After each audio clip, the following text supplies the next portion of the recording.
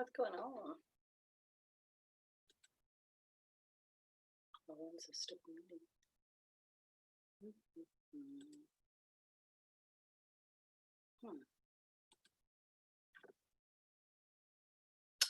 Hey.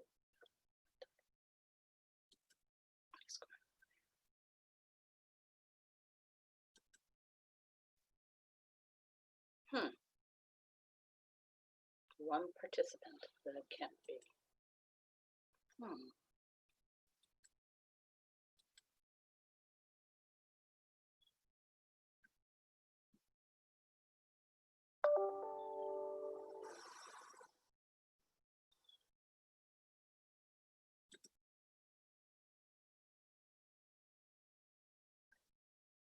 Doesn't say what time.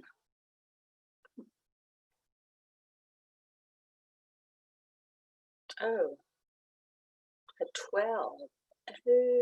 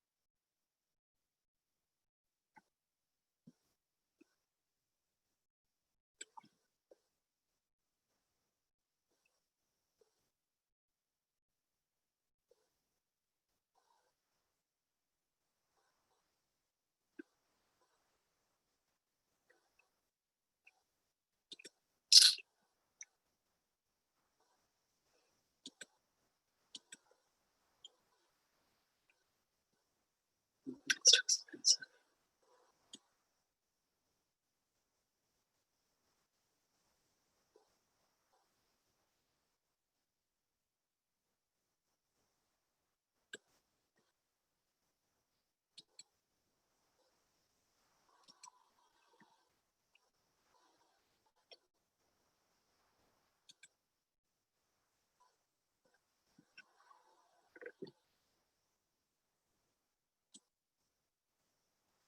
There it is, 12 to 2.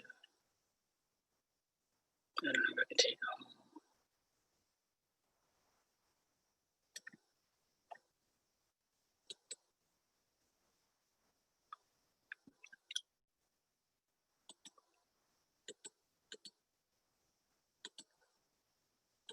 Cancel.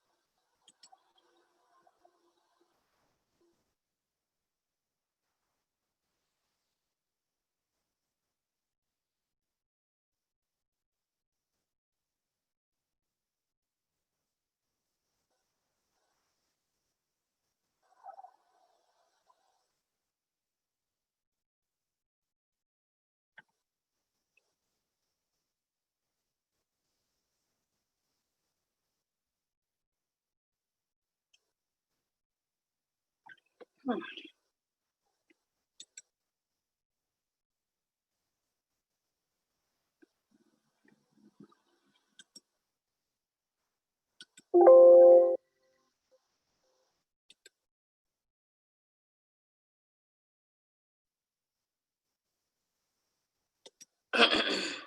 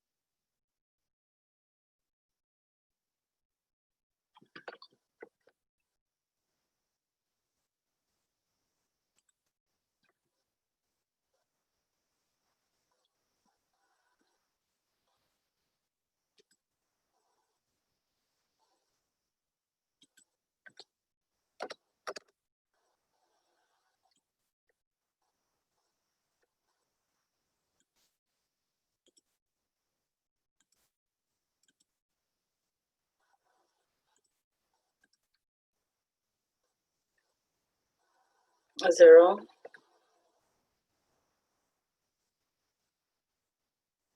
Seriously?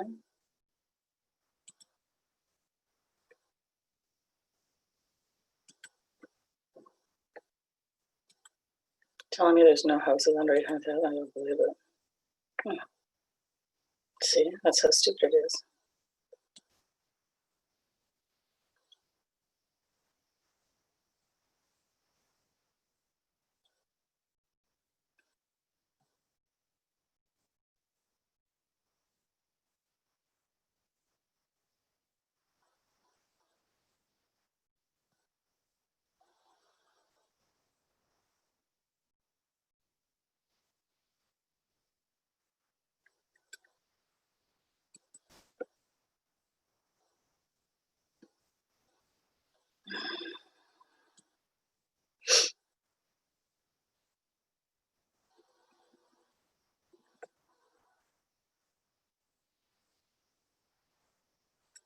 They're just going up.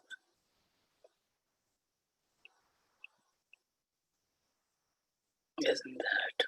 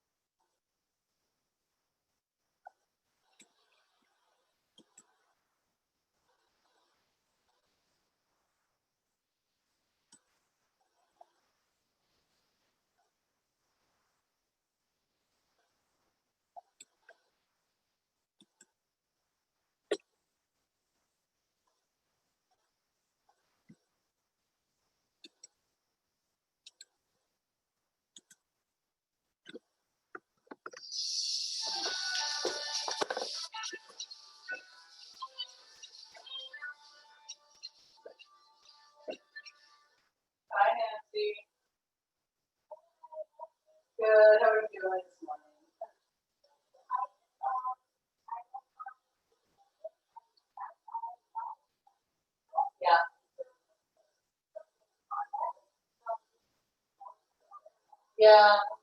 Did you get, okay, did you get my text this morning that he told me it's sold, so that's why it's canceled.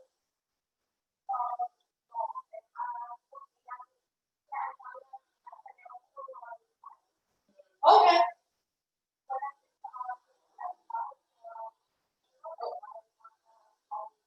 Okay.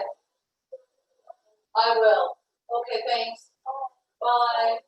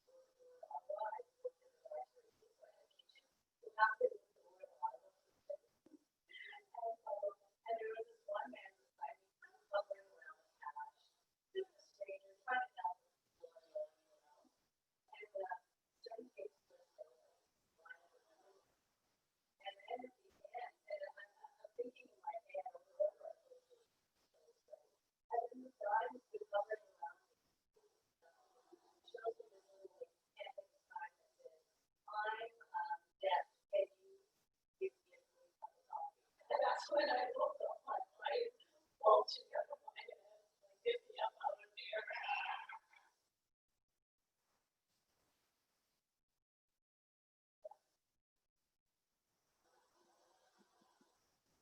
That's not the point. What we should do.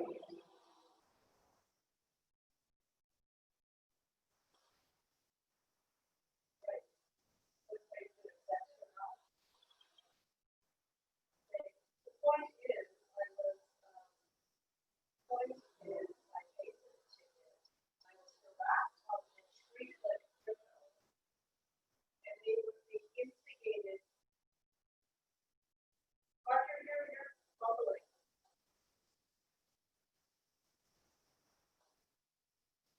This guy's not there. Because, you know, actually, I can't talk to this one. But that's pretty funny, yeah. At the last minute, can I just give me a free coffee?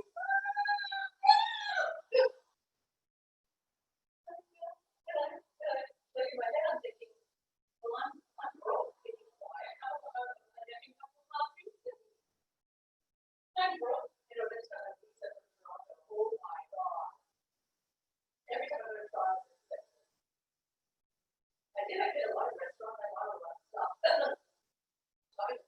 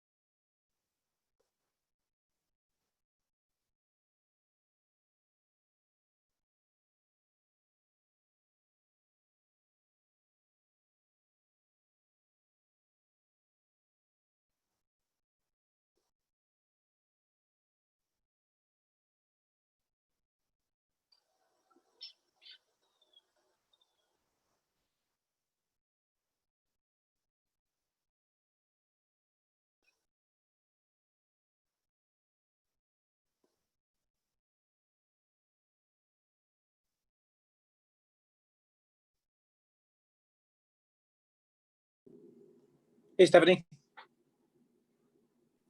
Hello. How are you? Good. How are you? Very good. No Good. complaints. No complaints. Nobody would listen to us anyways. And to be honest, the ones that listen, they don't care. They're just pretending. I know. Just trying to make us feel good. Mhm. Yep. Is it raining at your end of the world? No, not here. Oh, it's pouring here. Oh, yeah? Yep. No, not too bad. No, not a ray of sunshine here. It's pouring, Yeah. pouring. It's so cool. Well, better than snow. Well, this is true. But if it snowed, I wouldn't have to do all my gardening. Well, that's true. So we'll hope for the snow to come sooner than later. Yeah, it covers it all up. That's it. But then a surprise in the spring. Yes. Yes. Oh. And it's no fun looking at our pool all closed up, right? The black tarp just is not exciting. That it's one of the saddest days of the year. Yeah, there's nothing Right? sexy about it. It's ugly. There's nothing you can do. I know. And it's every year is the same thing. It's like it just feels like winter's coming, right? Yeah. So Yeah, I know. No fun. oh well. We Yeah. go through it every year.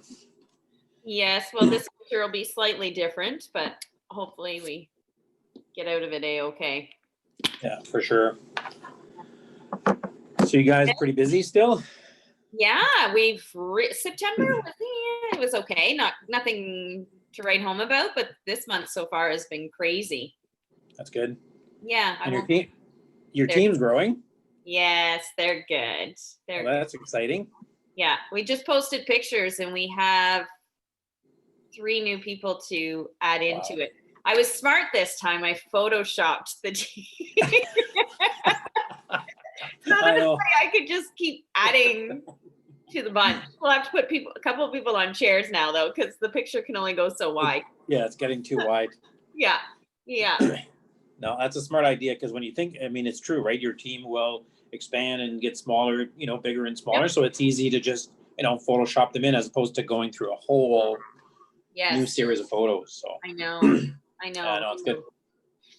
It was the West team that actually gave me that idea.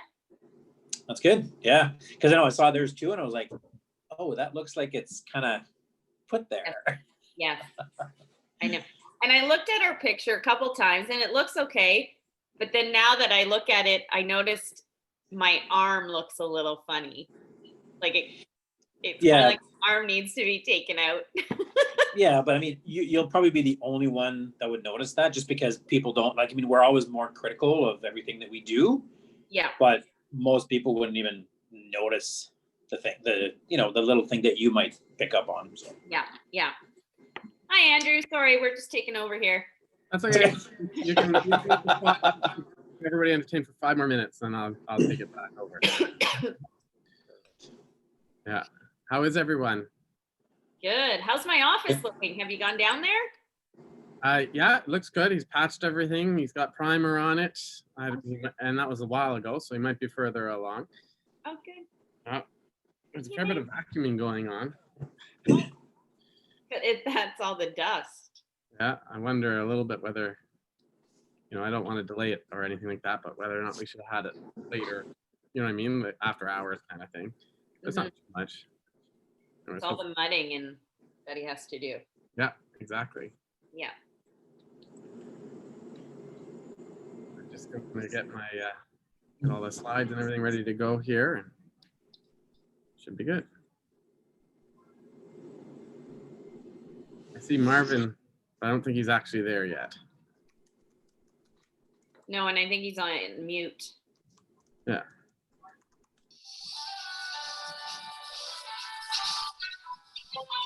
Hi, Geraldine.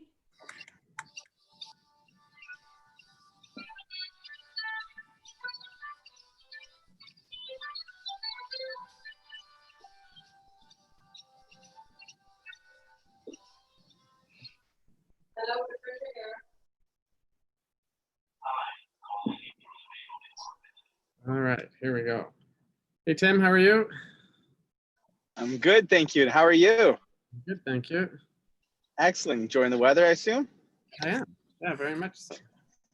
Good. Love the rain. It's not raining in Orleans. We all have to move.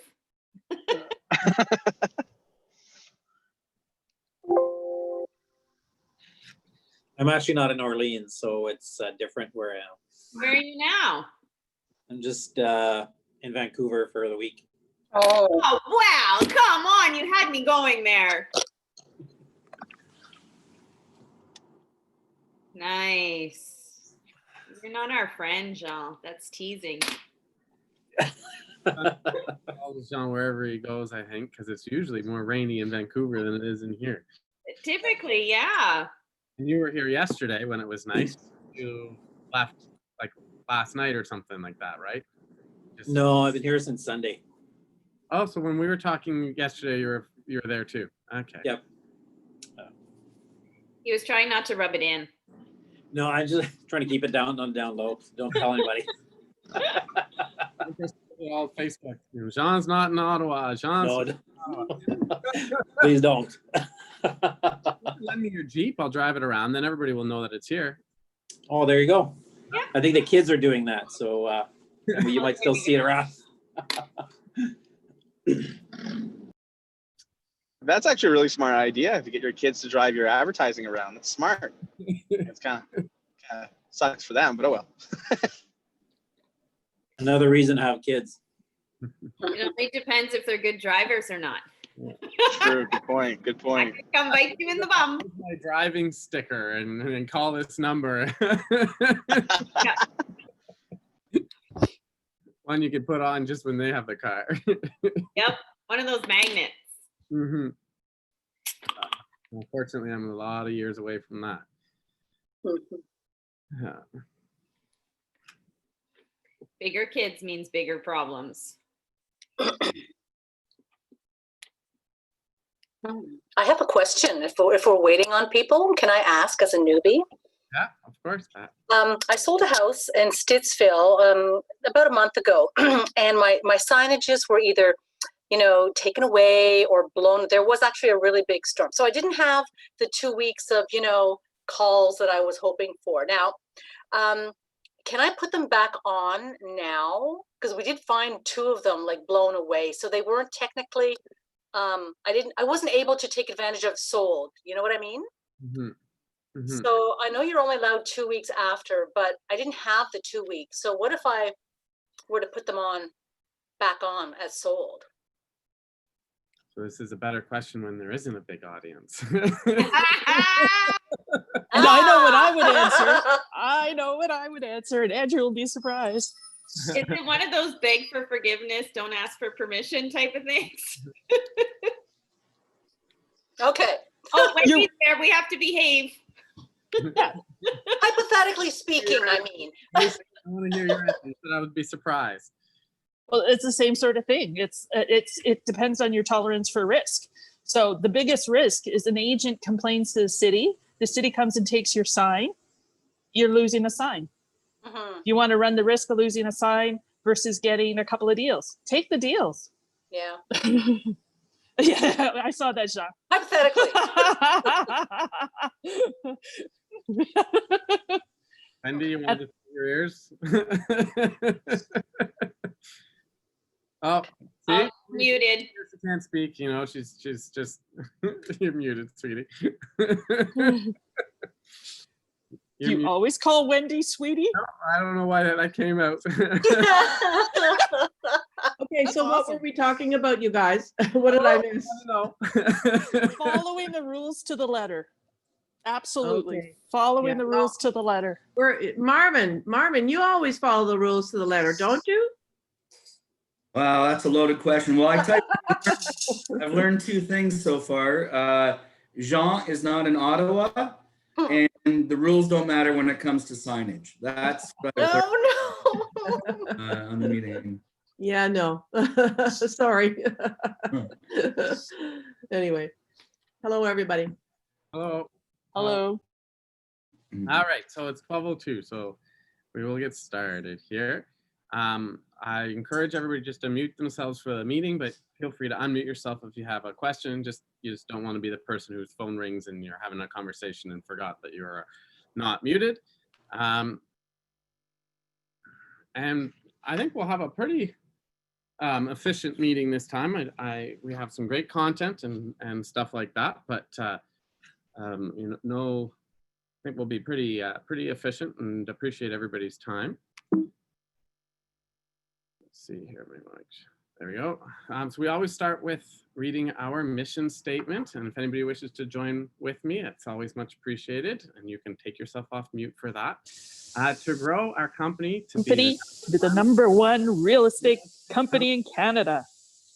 In account and market share built with quality individuals who place paramount importance and value on integrity, education, kindness, culture, and opportunity. By achieving this vision together, we will create a positive impact on our industry, community, associates, and families for generations to come. And thanks, Lisa, for trying to join in there. It really doesn't work very well on Zoom. I recognized that when people tried to sing me happy birthday the other day. Now I'd like to introduce Taya. I screwed this up last time too. Is it Taya or Taya? Taya. Taya. Sorry about that, Taya. No worries. Taya, like, we've had Move It Snap last year. We've had so much positive feedback. We actually are really looking for as many people to join as possible, because the more people who join, the less it costs for everyone. So we've asked Taya to come back and just do a real quick summary of what it is. And we're going to put her on the training calendar for early November as well. So if anybody wants to learn more, or you'll have that opportunity as well. Take it away, Taya. Do you want me to, are you going to be sharing your screen or anything? Nope, I can do just a really quick summary, and then if anyone is interested and wants additional information, they can always reach out to me directly, and I can do a quick webinar with them if they do want to see a demo. But MoveSnap is an online digital moving concierge service. So there's an interactive platform where your clients can have access to really great exclusive savings, help with setting up their utilities. All of the information is directly at their fingertips. They're guided through every step. And then there is the online concierge. So your client has access to a real person at the other end of the chat, the phone, however they like to communicate with that person. They're there to help them with everything on the dashboard, as well as everything above and beyond. They brand themselves as an extension of your team. So when they're speaking to any of their clients, they'll say, "Hi, I work with KW Integrity. I'm here to help you." They can do anything from help figure out utilities to finding new family doctors who are accepting patients.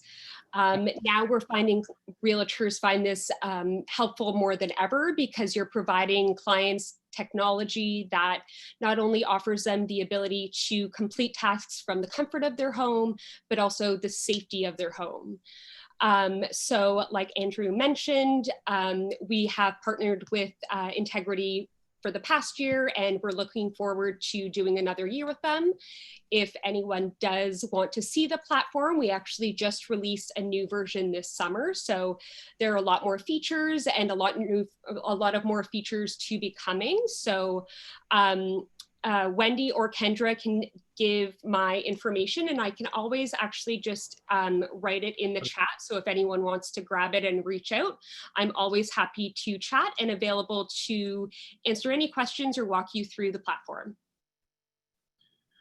So just give you a couple highlights, everyone. Like if they're looking for childcare, you don't want to go to Service Canada and stand in all those lines. A lot of that stuff can be all automated through the tool, right?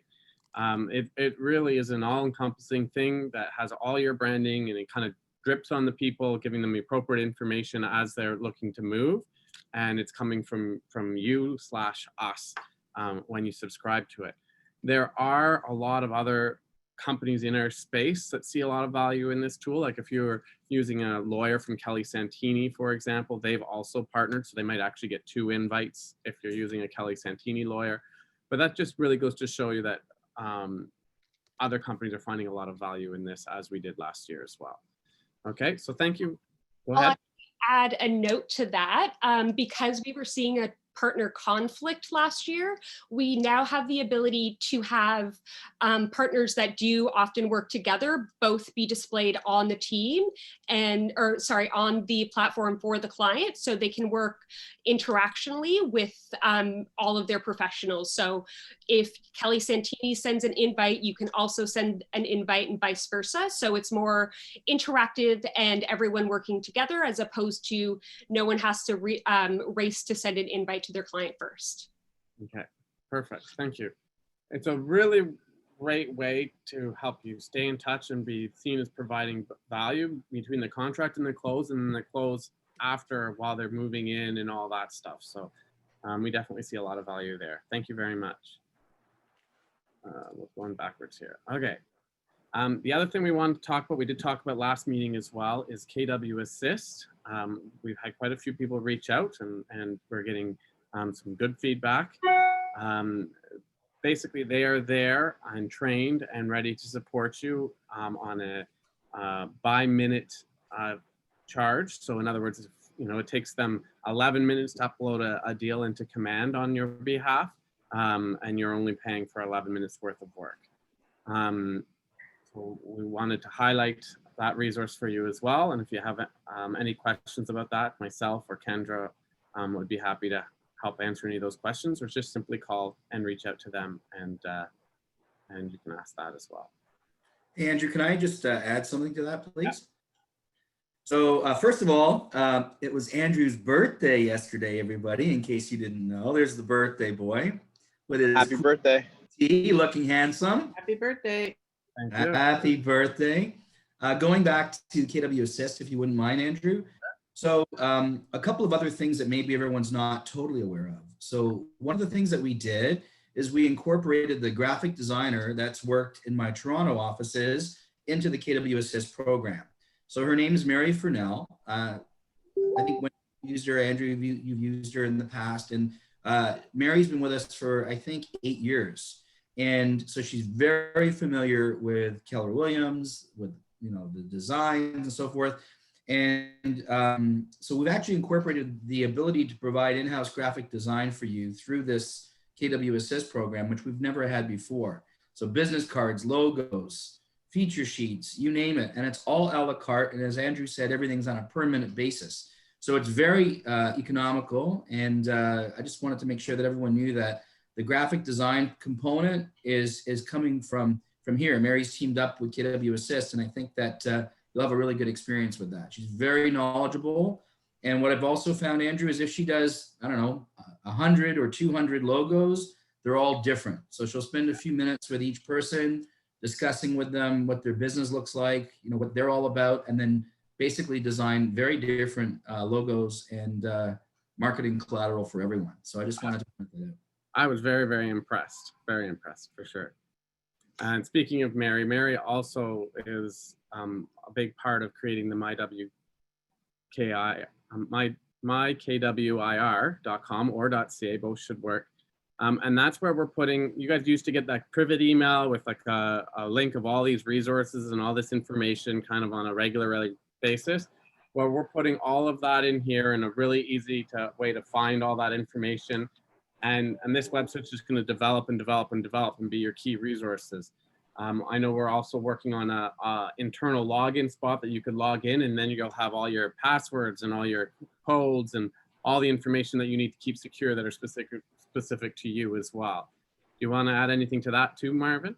If you don't mind. So first of all, we went through piloting the program at KWRC, and Mary is a web designer, teaches at one of the colleges, and also is a graphic artist. So it's a very robust site. I think it's unlike what you'll see anywhere else. And with the intranet login, in addition to all those value adds that Andrew mentioned, we'll be loading on all of our proprietary clauses. So now if you need a clause, whether it's, a condition or any residential clauses, they'll be itemized in there in that login.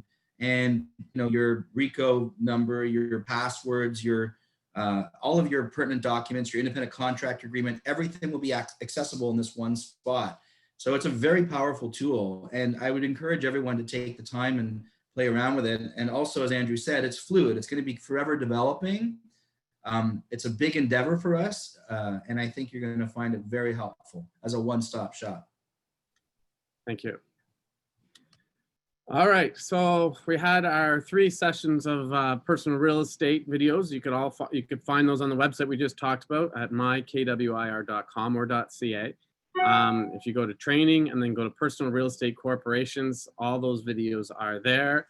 And I think, Marvin, you're going to be talking about Prex a little further on here as well, so I won't talk about that so much. But if you wanted to watch those videos and those sessions, you'll be able to see them on the MyKWIR website. All right, you're up, Marvin. You want to just use me as Vanna whenever you want to go to a slide here? Okay, so it's interesting. One of the things that we have at Keller Williams, I think everyone knows, lots of systems, lots of verbiage, lots of analytics. This report, which is, I guess it's around 20 odd pages, shows a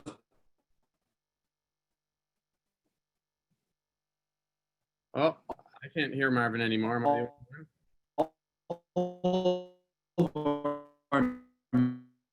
metrics on a monthly basis. And I wanted to see how we were doing as appropriate signs of excellence.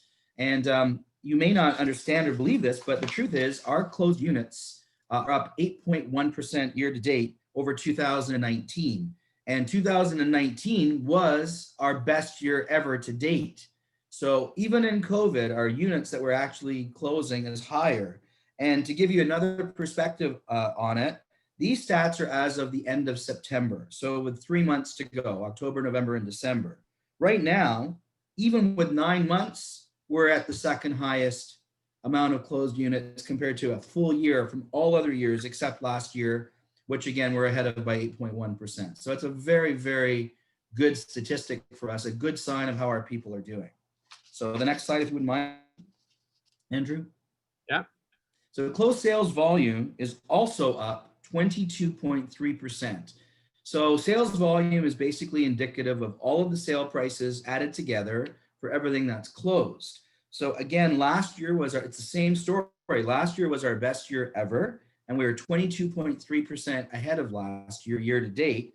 And what we've already closed in volume is $100 million more than any other full year so far. So that's what's going on in our Ottawa office. The next one, contracts written. So our contracts written, again, it sounds a bit like a broken record, but these are very important stats that any real estate company would kill for. 26.5% increase in contracts written over last year, and last year was our best year ever. And we've already written way more contracts than any other full year in the first 9 months of this year. So it's quite amazing to see. Next one is our average sale price. This is probably not going to be a surprise to too many people, but even in COVID, our average sale price is up 13.1% year to date over last year. And of course, last year was the highest benchmark of average sale prices. Our average sale price right now exceeds any year by far. So it'll be interesting to see where it ends up by the end of the year. Year to date, we're up 13.1%. Now we're getting into that. Now the agents are going to lean in. Exactly. Closed GCI. So our agents have closed 14.9% more gross commission income in 2019 than they did in last year.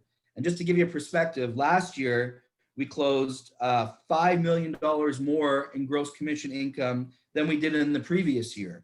So we're on a blistering record breaking pace.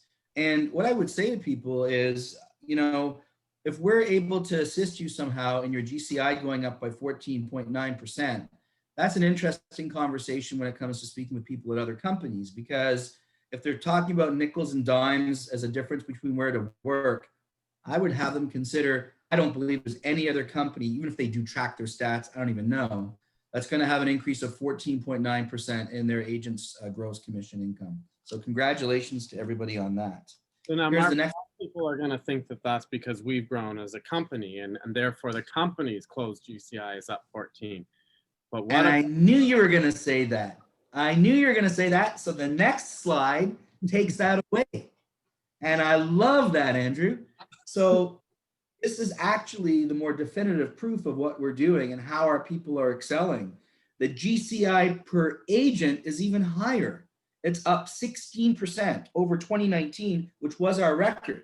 So even if someone says, oh, you added a bunch more agents, so the GCI is higher. Well, not only did we add more agents, our GCI per agent is up 16% over last year. And I think I'd put that stat against anybody's. So congratulations to everyone. So if you talk to somebody at another company, and if they're, for argument's sake, $100,000 earner, if they're just average and they come over, they stand to make $116,000 with us. They're basically working there for free by utilizing our systems and models, right? So next one. Profit share.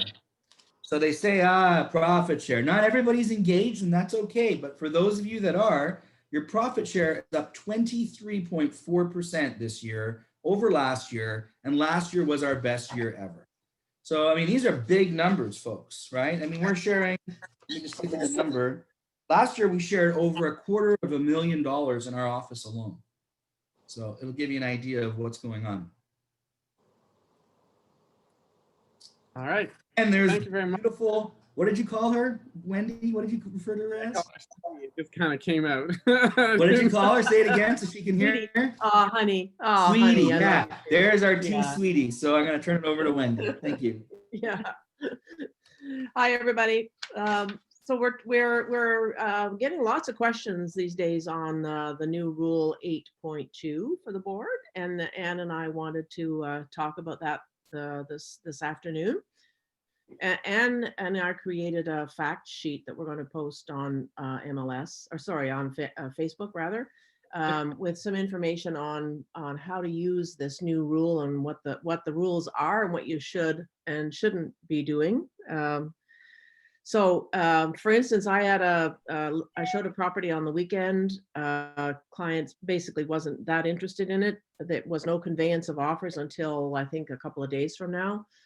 I get an email this morning from the agent saying that the seller decided to change their mind, and so they just took off the no conveyance of any offers, but really didn't do anything about they did receive an offer and didn't do anything about letting everyone know that they did that they were going to look at offers and when they're going to look at offers and that kind of thing. So we have to be really, really careful. And do you have anything to put in there to add to it? Well, we put together some information because this has been the question, how do you handle a bully offer? But we first have to review in Rule 8.2, you have 3 ways to talk about delayed offers. And no, you can't mix and match these phrases or you get an infraction, guys. Yeah. So basically, there are only 3 ways you can phrase it. And the one we're finding people are having the most problem with is offers to be presented at. So for example, October 23rd at 5 p.m. However, the seller reserves the right to review and may accept preemptive offers, another word for bully offers. And that's the one Wendy and I have been getting the most questions on. And we think that most people understand no conveyance. So we wanted to focus on that one, right, Wendy? Basically, yes, for sure. Yeah. So if you're doing offers to be presented at a certain date and time, and then the seller reserving the right to review and may accept preemptive offers, it doesn't mean that they have to look at your offer. It doesn't mean that they have to accept it. They have choices. The big deal here is that you have to let everybody know what the changes are and what date you're going to be doing the new preemptive off. You're going to be reviewing the preemptive offer. So carry on there, Anne. So if Anna can put us to the next slide, I mean Kendra. our next slide, please. It's me. Great. I think that, I think Vanna is Andrew today. Oh, Andrew. hi there. So anyways, so Wendy has described that you're not supposed to forget to change the information on matrix. So all of a sudden the preemptive offer comes in and you need to get a new direction signed on a 244 and put the new directions on and notify everybody who's shown it, who's got an appointment coming up or has called you, like even the public. If they've called you, you need to let them know if you're changing things. Otherwise, you're taking the risk of being reported to RICO. And Wendy, we've had a few like that, have we not? We have had a few. I don't think anybody's been reported yet. Cross my fingers. I don't think so. I mean, it is a new rule, and I think that there's people are having a little difficulty understanding it. So that's why we're having this discussion today, to make sure that you do understand it. And if you don't understand it, what do you have to do? What do you have to do, Anne, if you don't understand it? Well, we basically now are going to step back to the listing appointments. So we're talking about taking a listing and forming a strategy with our seller, right, Wendy? Yep. We're going to have discussions with our sellers. And that's what you're going to find in the fact sheet that's being posted on the closed Facebook group. It's so important that you get on your REA Form 244, right? That's your seller's directions. Not only the statement about the offers being presented and seller reserves the right to review and may accept preemptive offers, but you need to put a further direction down. And that's the part Wendy and I have been discussing a lot and reading about. And actually, I was doing my update course, and Rico has a bit to say about that in the update course. So Rico recommends that as your listing agent, you're going to confirm preferences with the seller. And you're going to include that on your 244. So basically speaking, you're going to find out from the seller, how much information do you want from me if I get a preemptive offer, Mr. Seller? We've decided we're looking at offers next Wednesday at 5 p.m. But what do you need? What do you want to know if I get an offer before then? Would you like me to tell you the price, the closing date, the deposit, and whether there are conditions, so you can decide whether or not you want to change your instructions? So Wendy, did I kind of sum up the question I might be asking my seller? Yeah, I think so. I think you have to have real clarity around what the seller prefers, because this is, as much as this is confusing really to us as agents, it's also very confusing to our clients. They don't understand. Many of them haven't been in the market for a while. They don't understand how all this is working. And so we have to be very specific in asking them questions. What are your preferred method or way of dealing with any preemptive offers? Yeah. Do you want to know the details? Yeah, go ahead, Anne, sorry. So the seller might not even know that when they get a bully offer, that the irrevocable is only going to be good possibly for a couple hours, right, Wendy? Yep. And that's a problem. That's a problem, because then what do you do, right? And these are important discussions to have with the seller, so he understands that if an offer like that comes in, he doesn't go away for a couple days. I've had a call like that. Well, I can't find my seller. Yeah, I mean, you need to be connected to your seller in this aggressive market. You need to be able to reach the seller, and there may have to be quick decisions. The other thing is, the other question that comes up is no conveyance of offers until whatever date and time with conditions. So what that means is you have to say, let's use an example. So I list the seller's house and I say, do you want to see any offers at all? Well, if somebody comes and brings me an offer $100,000 over asking, sure, bring it on. That's a condition. If Anne is showing my property and she sees that there's no conveyance, but there are conditions, she'll ask, what are the conditions? And you have to disclose what the conditions are. You have to say, well, if you bring me an offer $100,000 or more over asking, then we're good. We can look at your offer. Right. So if you have any questions about any of this stuff, please don't hesitate to pop an email or a call to either Ann or myself, because we want to keep you out of RICO jail. That's a good thing. And make sure everybody understands this new rule. There's a lot of confusion around it. Can you clarify that for me? So like if I had a conditional that if an offer is $20,000 over asking, then my client wanted to see it. Mhm. That actually has to be disclosed to somebody if they call and they ask. Are you sure about that? I am absolutely sure. Yep. Okay. 100%, Andrew. In other words, let's flip that around. If we have a buying client and we see that there is conveyance with conditions, we can call them and ask and find out exactly the number that we need to offer in order for it to be Yep. presented. And they have to tell you exactly. So personally, I wouldn't be using that one. I wouldn't be doing that. Same reason. I wouldn't do that.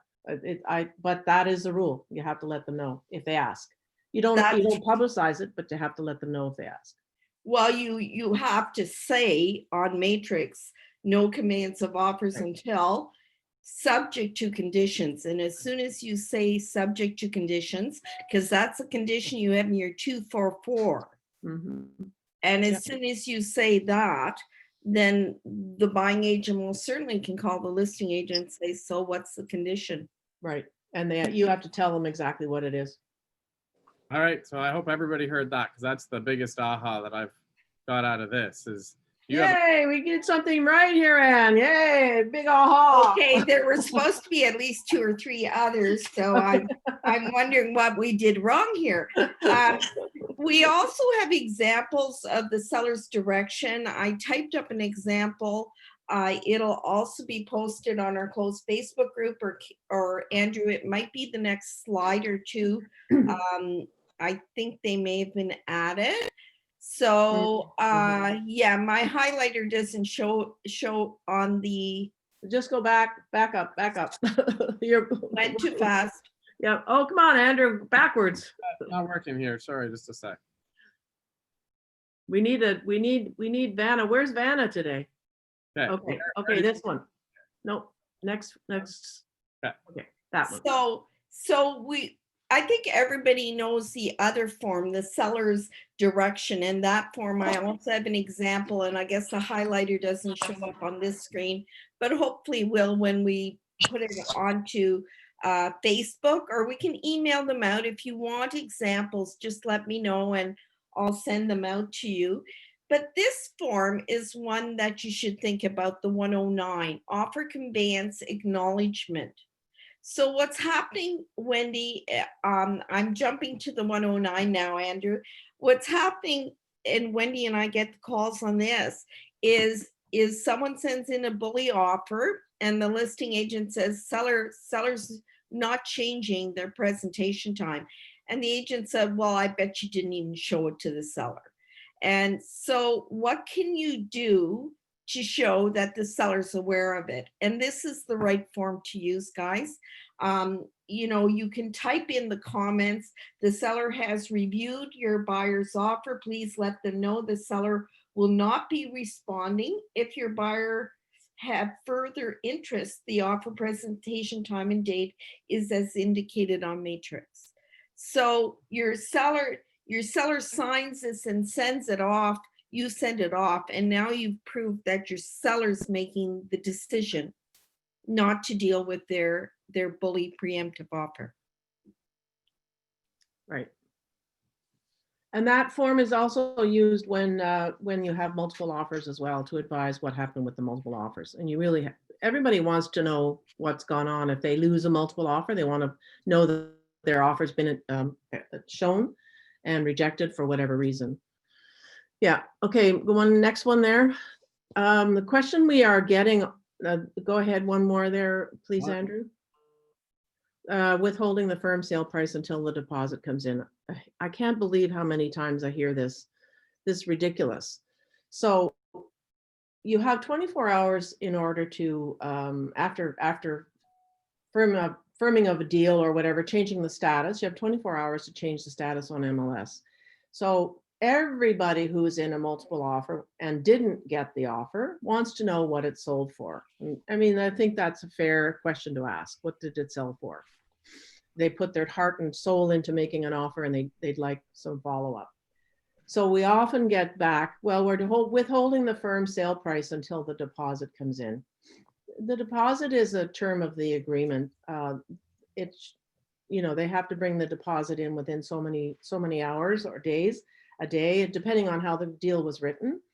And these days, we always suggest writing in as otherwise described in this agreement, and then dealing with the deposit, let's say by electronic deposit within so many days or hours after the deal has been accepted. But it has no effect on the firm sale price. The firm sale price should be announced to everybody within that 24-hour period. And it is frustrating because I hear this over and over and over, and people just ignore it. They say, well, I don't want to harm my seller by having the firm sale price announced if we don't get a deposit. Well, then if you don't get a deposit, you've got a bigger problem. But if something should happen that the property goes back on the market and the parties agree to release, then the board will remove the record of the sale price. It's a request, simply a request to the board, and they will remove that record so that it doesn't hurt your seller. Okay, that's it. Okay, so Greg had a question in the chat. Mm-hmm. If there is no conveyance, so in other words, should you be showing the offer to the seller? So if you put no conveyance and you don't have any conditions, the answer there is no. Right, except that's the question that you need to ask them at the time of the listing, right?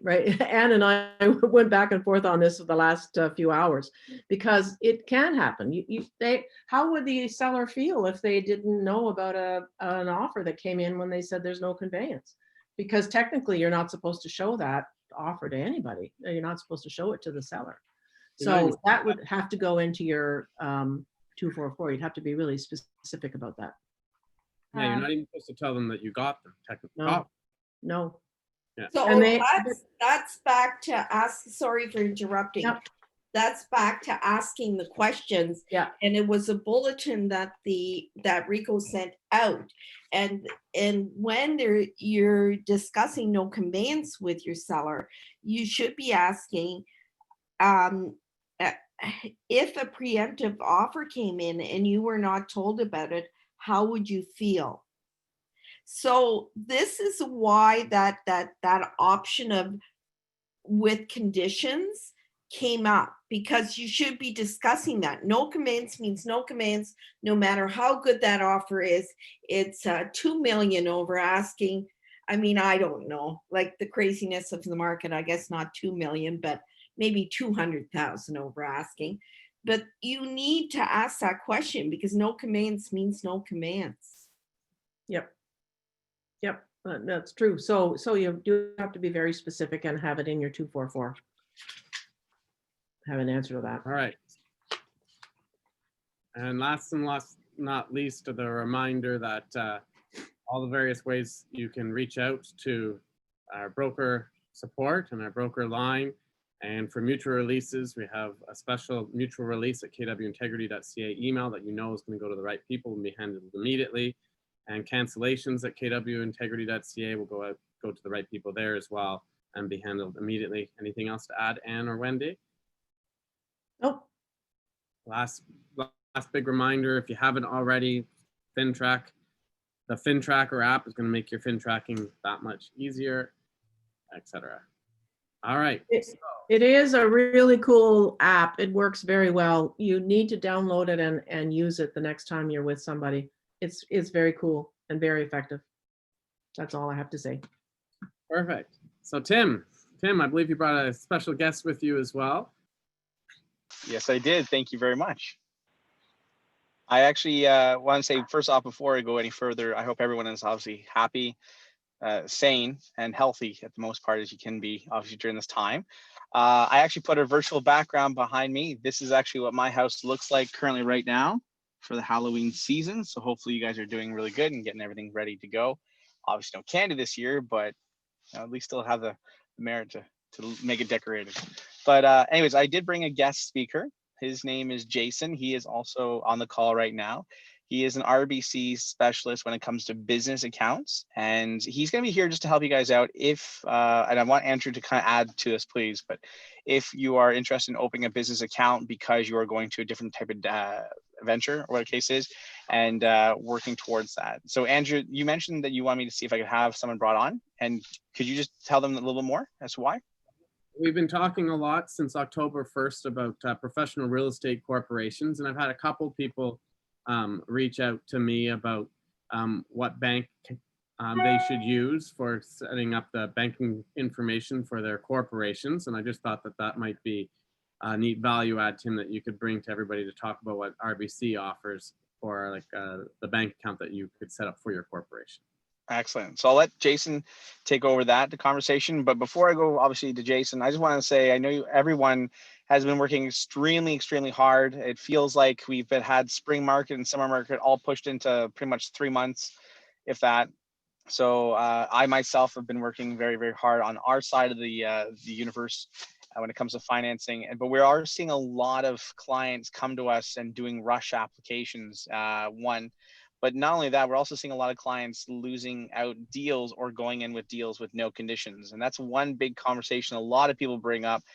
Can I have my client go in with no conditions? So as my particular legal standpoint, I have to say that, it is recommended that there are financing conditions, obviously.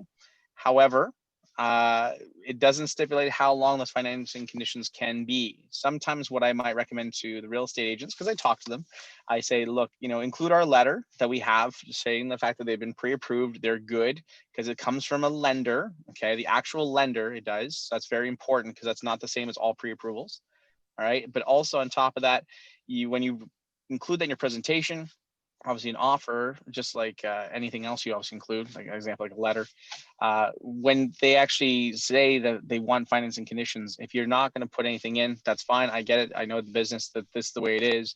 But what you also have the ability to do is if you want me to put a 24-hour condition in or a 48-hour condition in because of CMHC being involved, or to make sure that the appraisal comes back and so on and so forth, because we're seeing a lot of that right now.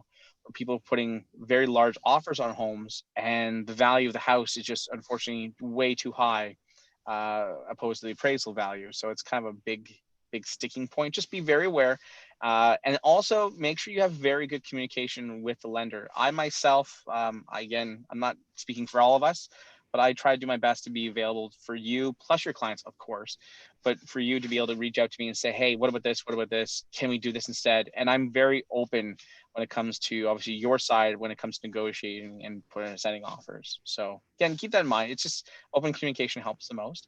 I'll bring obviously Jason on the call. Jason, if you want to take it from here, because I know that everyone's time is very valuable, and you can go ahead.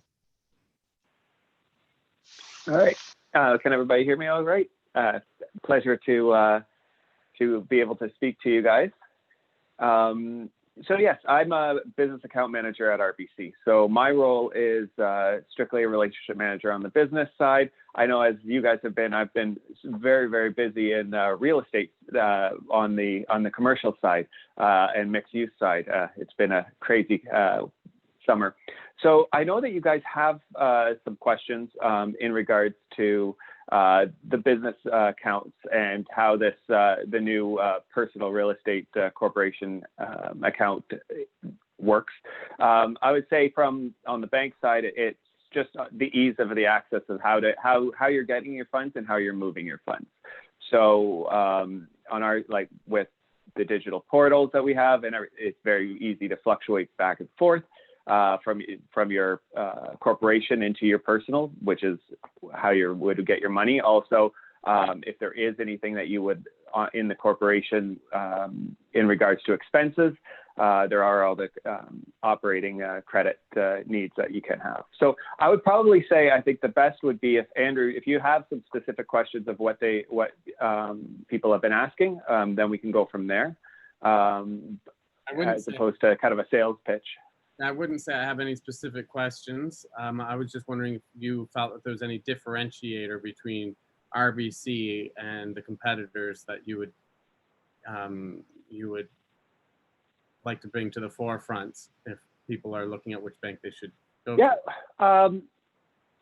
Yeah, I would say RBC, and especially since COVID came, that our digital platforms, where everything that we were working on has been brought to the forefront. So things like the ease, because you're using this account, and we see it a lot with professionals, medical professionals, because they've had accounts like this for quite some time, is that it is a flow through.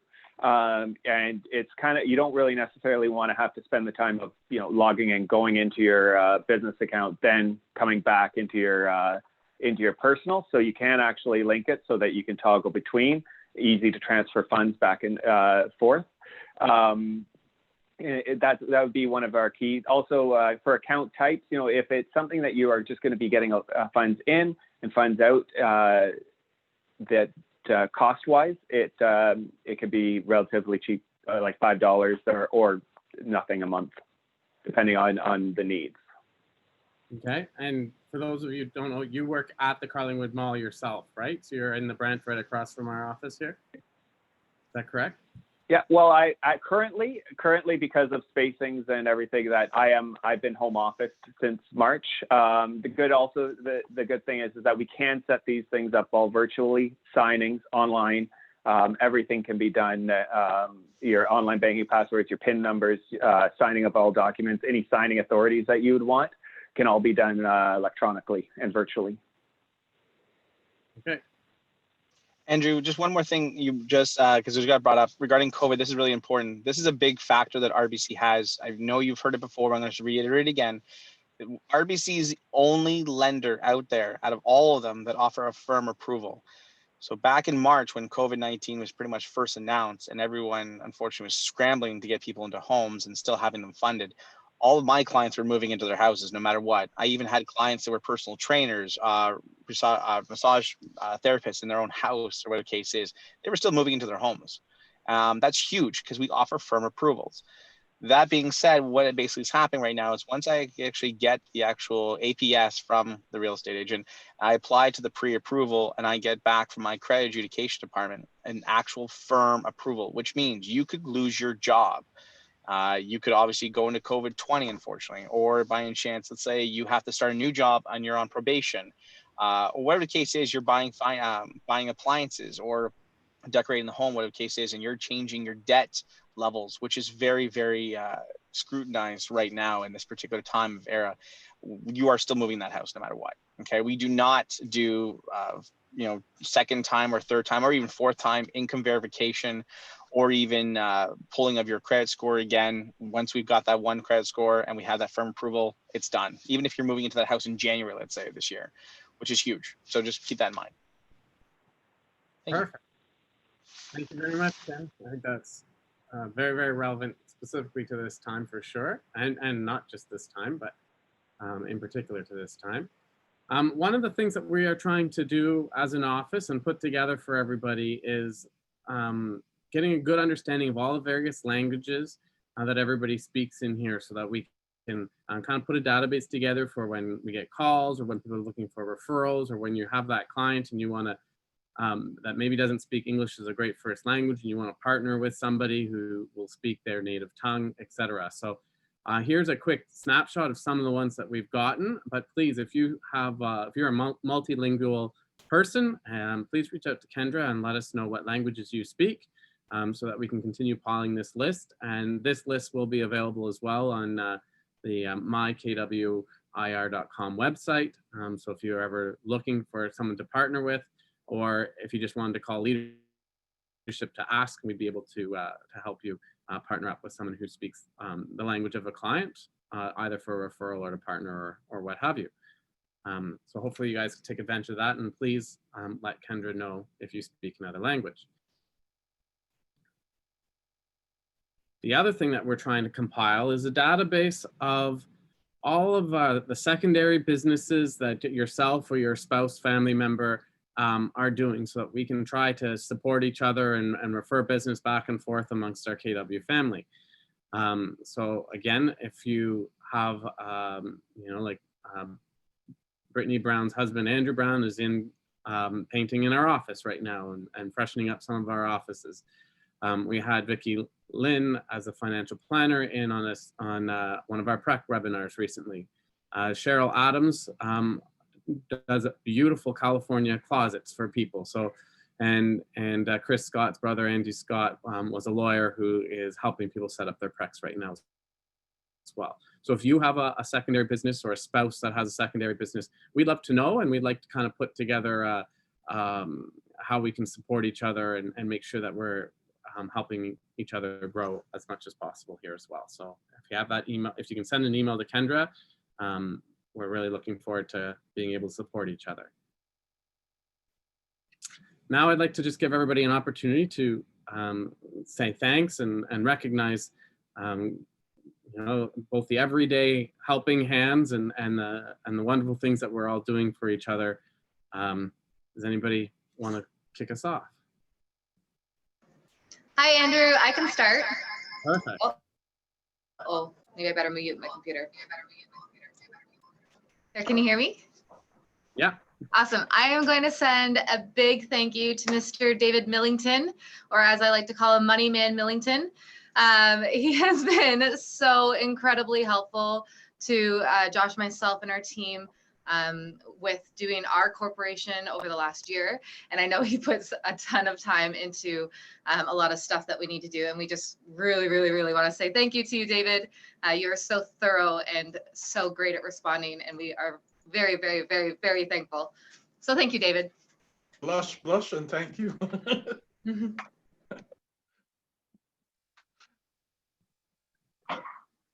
I would like to thank a whole bunch of people, and I better be careful not to necessarily give off the names, but I've been getting a lot of referrals of other agents in the business, both from the ALC, from the investors, and from agents themselves. We have had a little additional focus lately on profit share, one, because that opportunity keeps growing and growing and growing.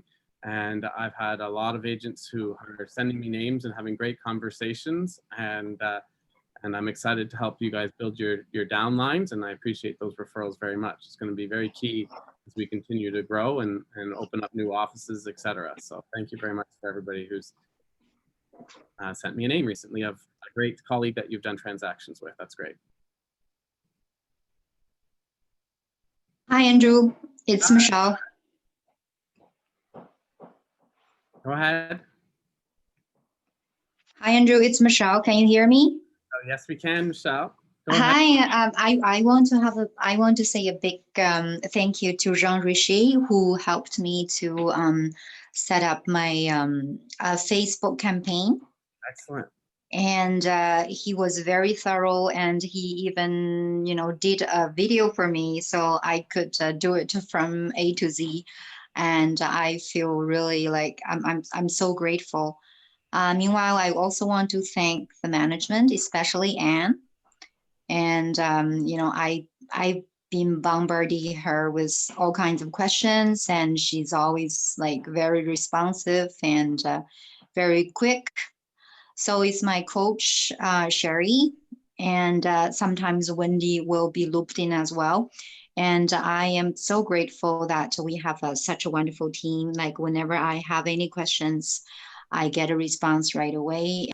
I can move my business forward smoothly. Thank you very much. Excellent. Thank you, Michelle. That's excellent. Anybody else?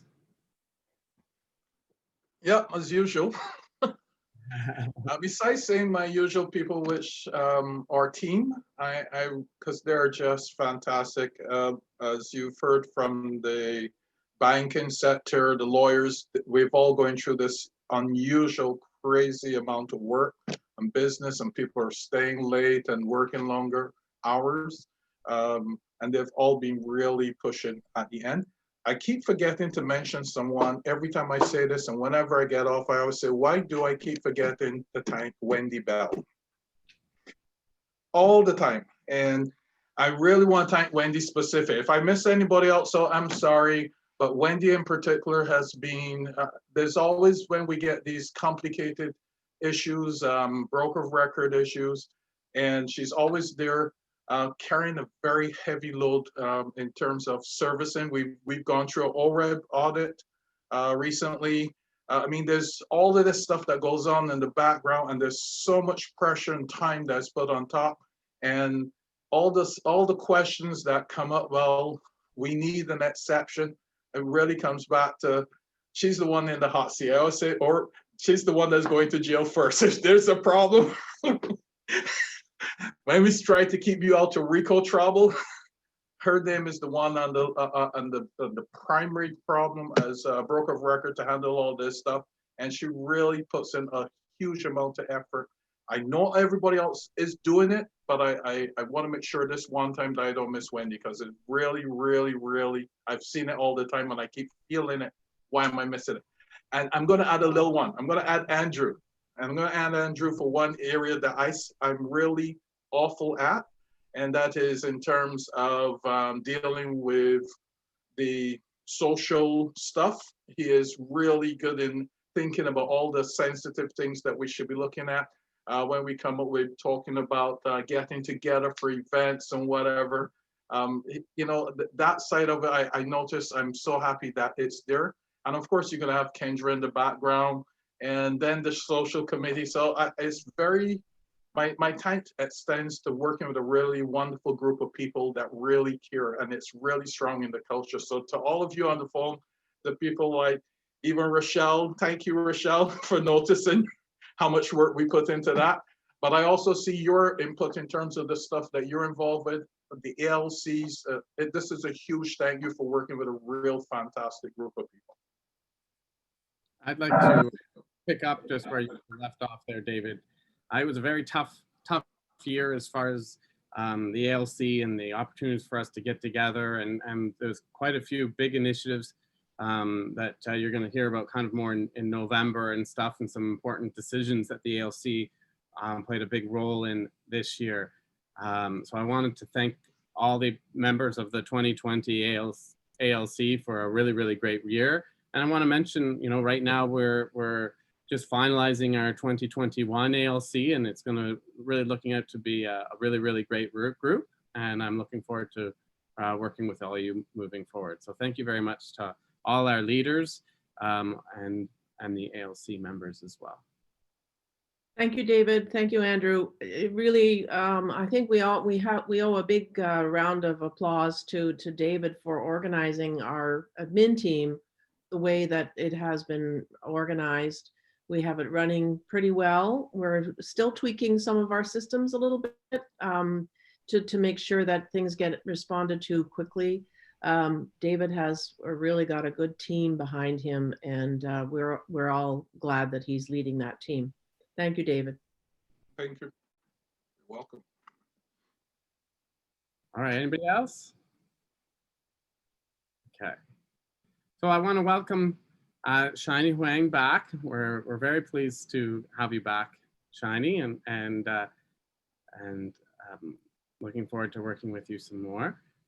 Shiny, you'll see it later. But Merle McHugh, we'd like to welcome you as well, and congratulations to Wendy Bell for building her downline.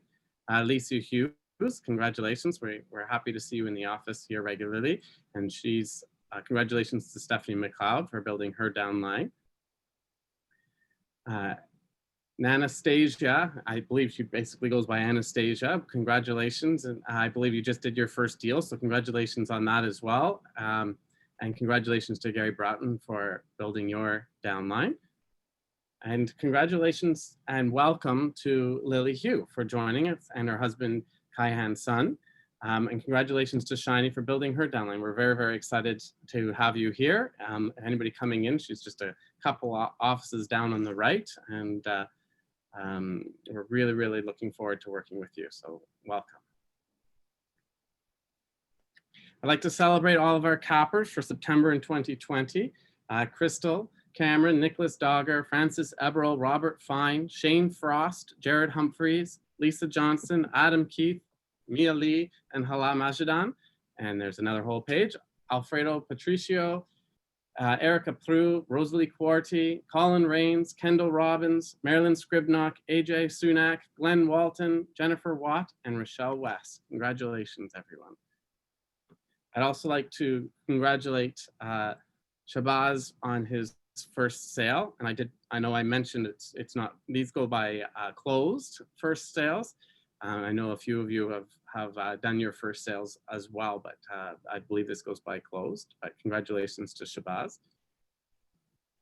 And I want to thank the longtime KW people in Aislinn Hannell at 4 years, Shane Frost 7 years, Jeff Worthing 11 years, Dan Oaks says 4 years, but KW for a long time before that, always a leader at KW.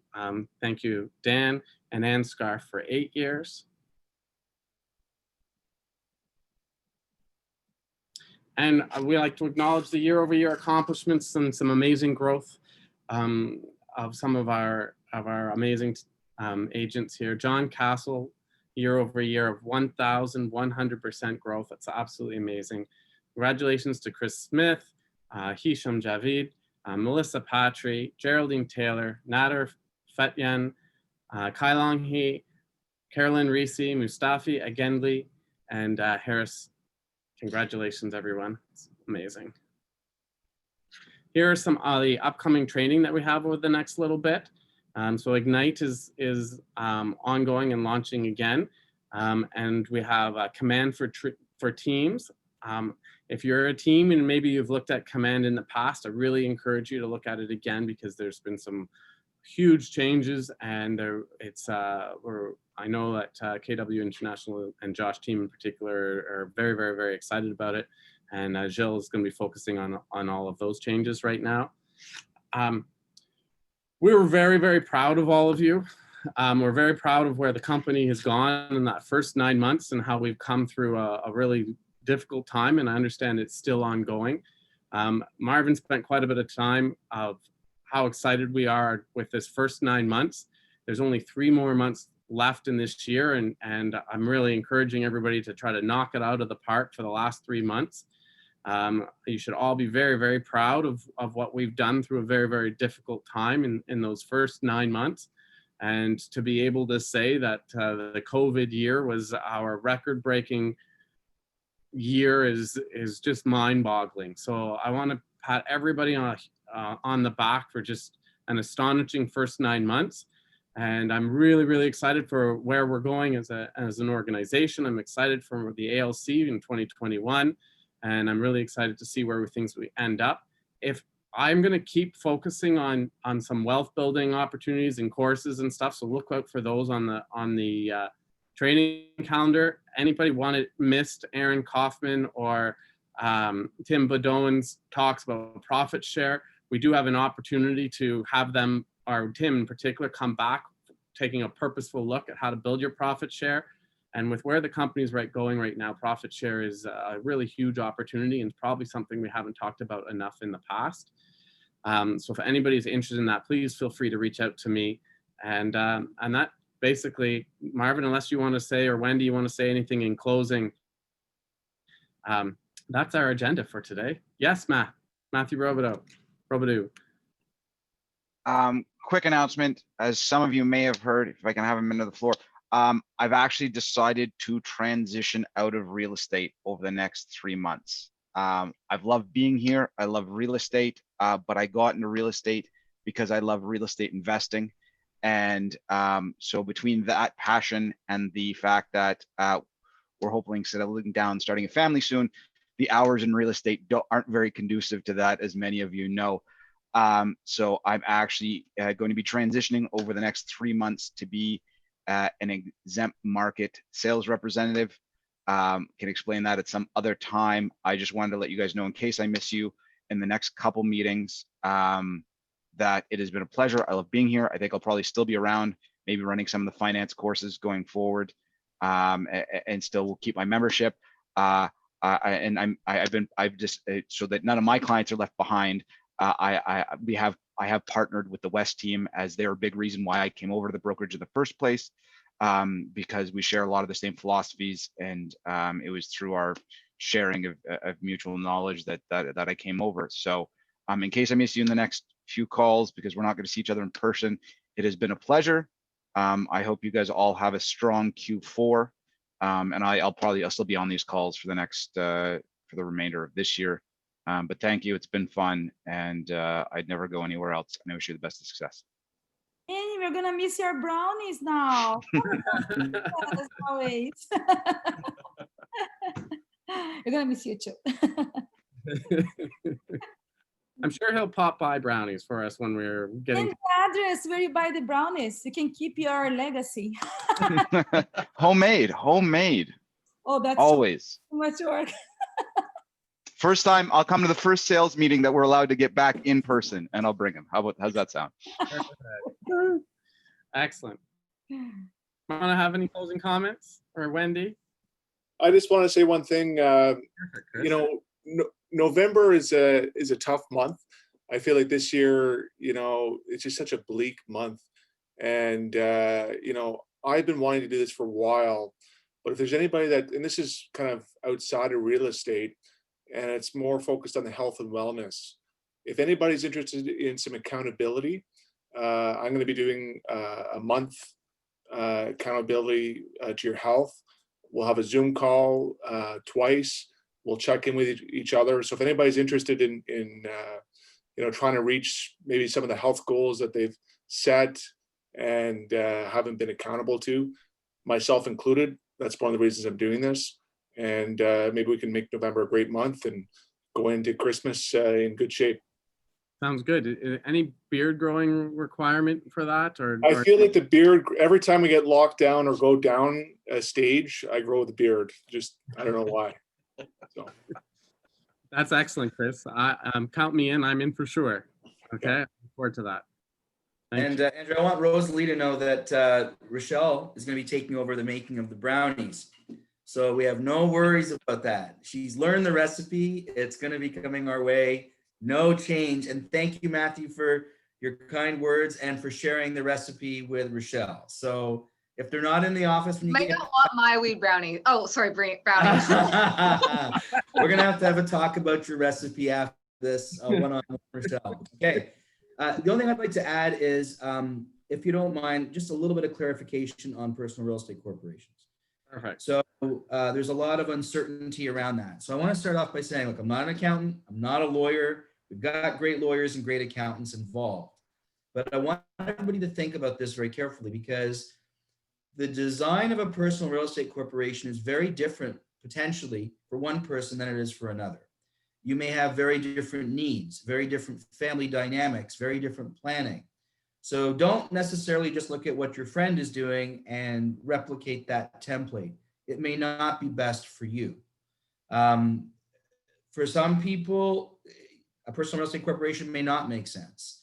For other people, they may want to actually have some of their shares in their personal real estate corporation go to their spouse, or maybe they want to bring their adult children in. Many, it might be beneficial to actually incorporate two companies at once. A holding company or another company to hold shares within your personal real estate corporation, as well as your personal real estate corporation. So the idea of a PREC is that you're going to be withdrawing a salary or dividends, depending on how you set it up with your accountant. And then there's going to be money left in this PREC, presumably. So the question then becomes, how can I benefit from the money that's left behind still?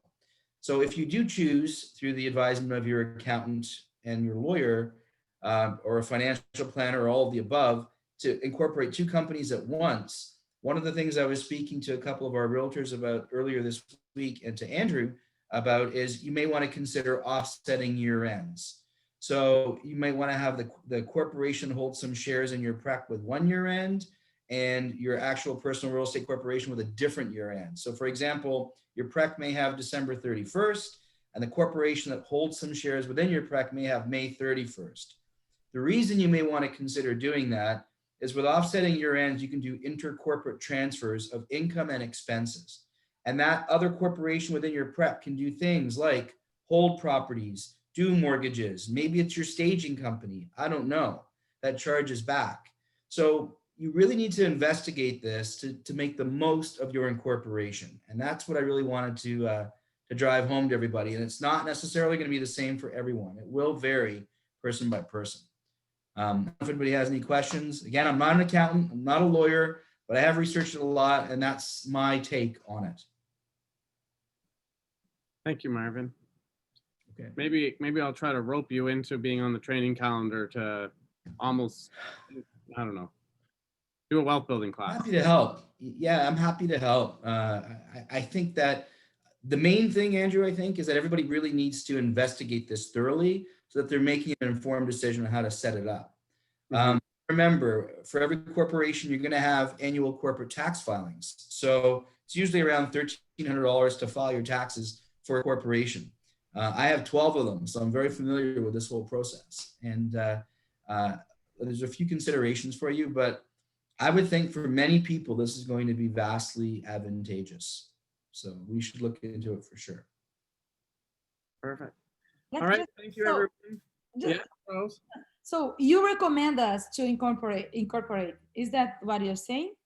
I'm saying I recommend that you investigate incorporating because it's going to be different for every person, Rosalie, right? So it's based on, do you need all of the money that you make? Do you need to take it all out to live? Or do you maybe have the ability to leave some behind? And therefore, what would you do with it? You have to really research it because the answer is not going to be the same for everyone. It's going to be different. So that's what I'm saying. Really investigate it. Talk to people. If you have questions, reach out to me. I'm happy to help and speak with you. No problem. Okay, so I'm going to give everybody an opportunity to say goodbye and all that stuff. But Marvin, there's a couple of chats that are coming up and questions about what you're saying in the chat. Do you mind just staying on for 5-10 No, minutes? for sure, I can stand. Sure. Any questions? But other than that, thank you everybody for coming to the meeting, and I hope you found lots of value in it. And we look forward to seeing you in person someday, hopefully very, very soon. Thanks. Just one little thing, Andrew. If all of this is too much for everybody, it is social hour at 5 to 6. Bring your glass of wine and enjoy. Perfect. Thanks, everyone. Kendra, I think you're the host, so don't close your screen in case we lose it. I will stay. All right, so Michelle, do you want to? Oh, great. So we're only down to 50 people. It's going to be so much easier. Thank you, Andrew. That's awesome.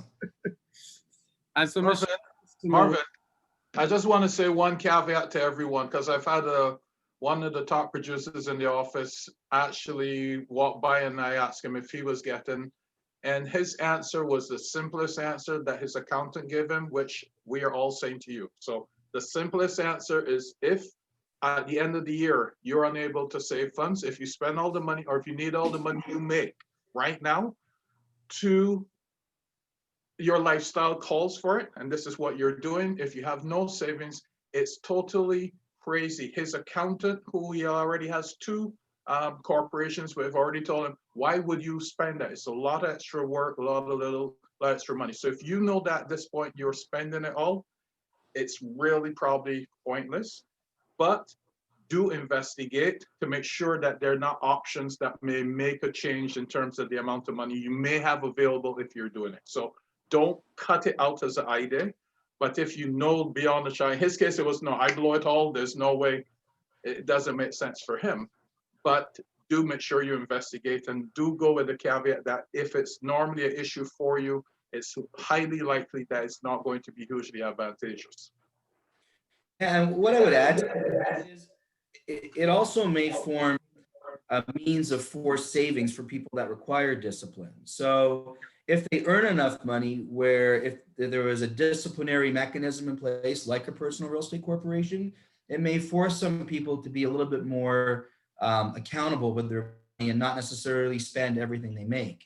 So even if you're currently spending everything you make and you think that this discipline may help you, and then that money left behind can be used to further build your wealth, it's still a consideration in my opinion.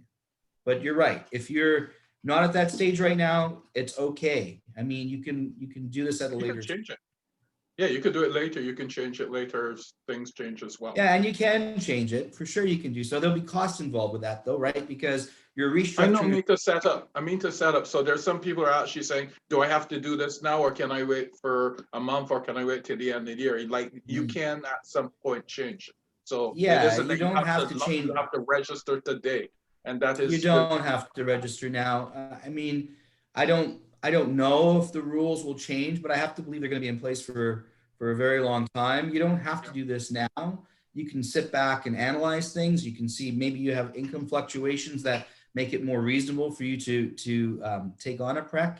It's definitely on a case by case basis. To your point, right? Mm-hmm. So one of the questions in the chat was, what are the advantages of having two corporations? So you explained some of that as being able to move money from one and another to, in order to, with differing year ends, etc. Right.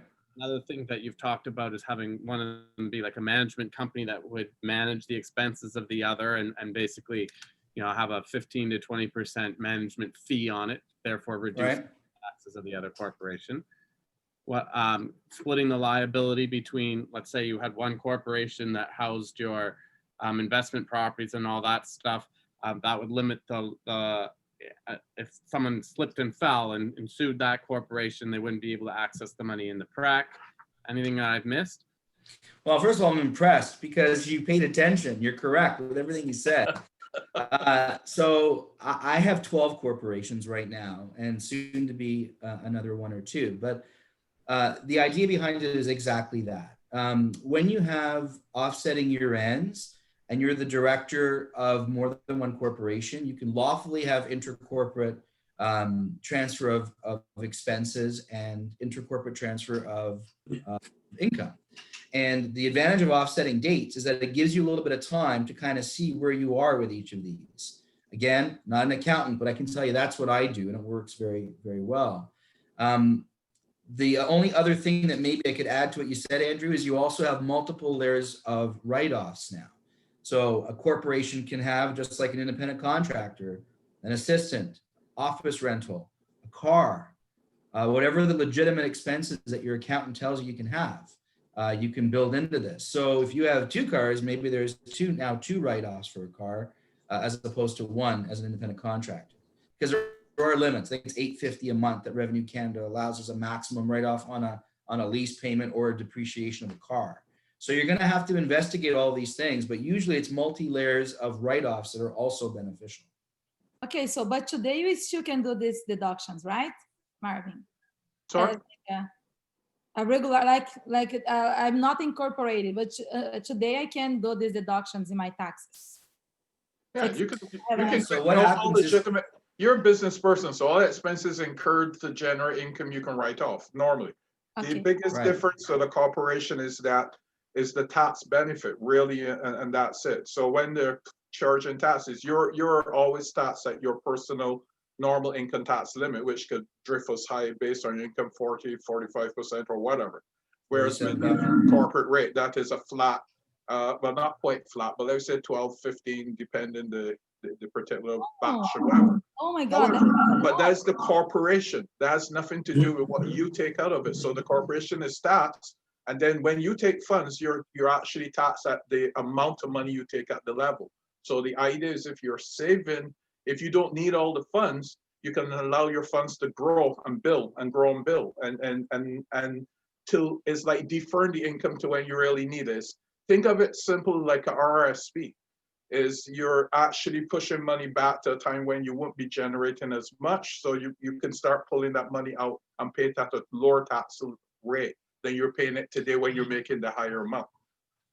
Okay. Well, there is another. That's us trying to simplify it. Go, Marvin. That was a simplified. Well, okay, so I'm gonna give you another perspective, and it's in agreement with what David's saying, just in a different way. So let's say you wanted to buy an investment property. I'll use Rosalie's example. That's the case. I bought an investment property, so for me, it's better to incorporate. So please, sorry. Well, so if you're going to buy an investment property right now as an independent contractor, you're buying it with after-tax dollars. If you want to buy an investment property through your corporation, you're not buying it necessarily with after-tax dollars. It could be an acquisition of the corporation. The tax rate is going to be around 17%, I believe, versus, as David said, 47, 48, 49%.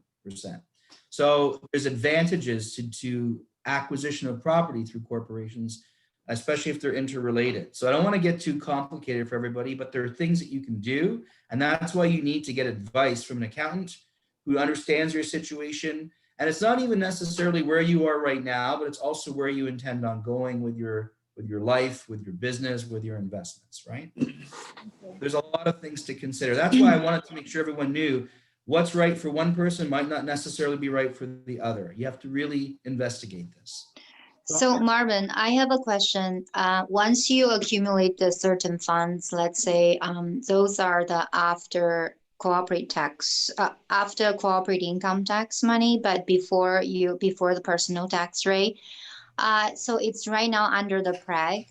Could you actually purchase a property directly using the PREG, or you have to sort of incorporate another holding company to move the funds from the PREG to the holding company to purchase a real estate property?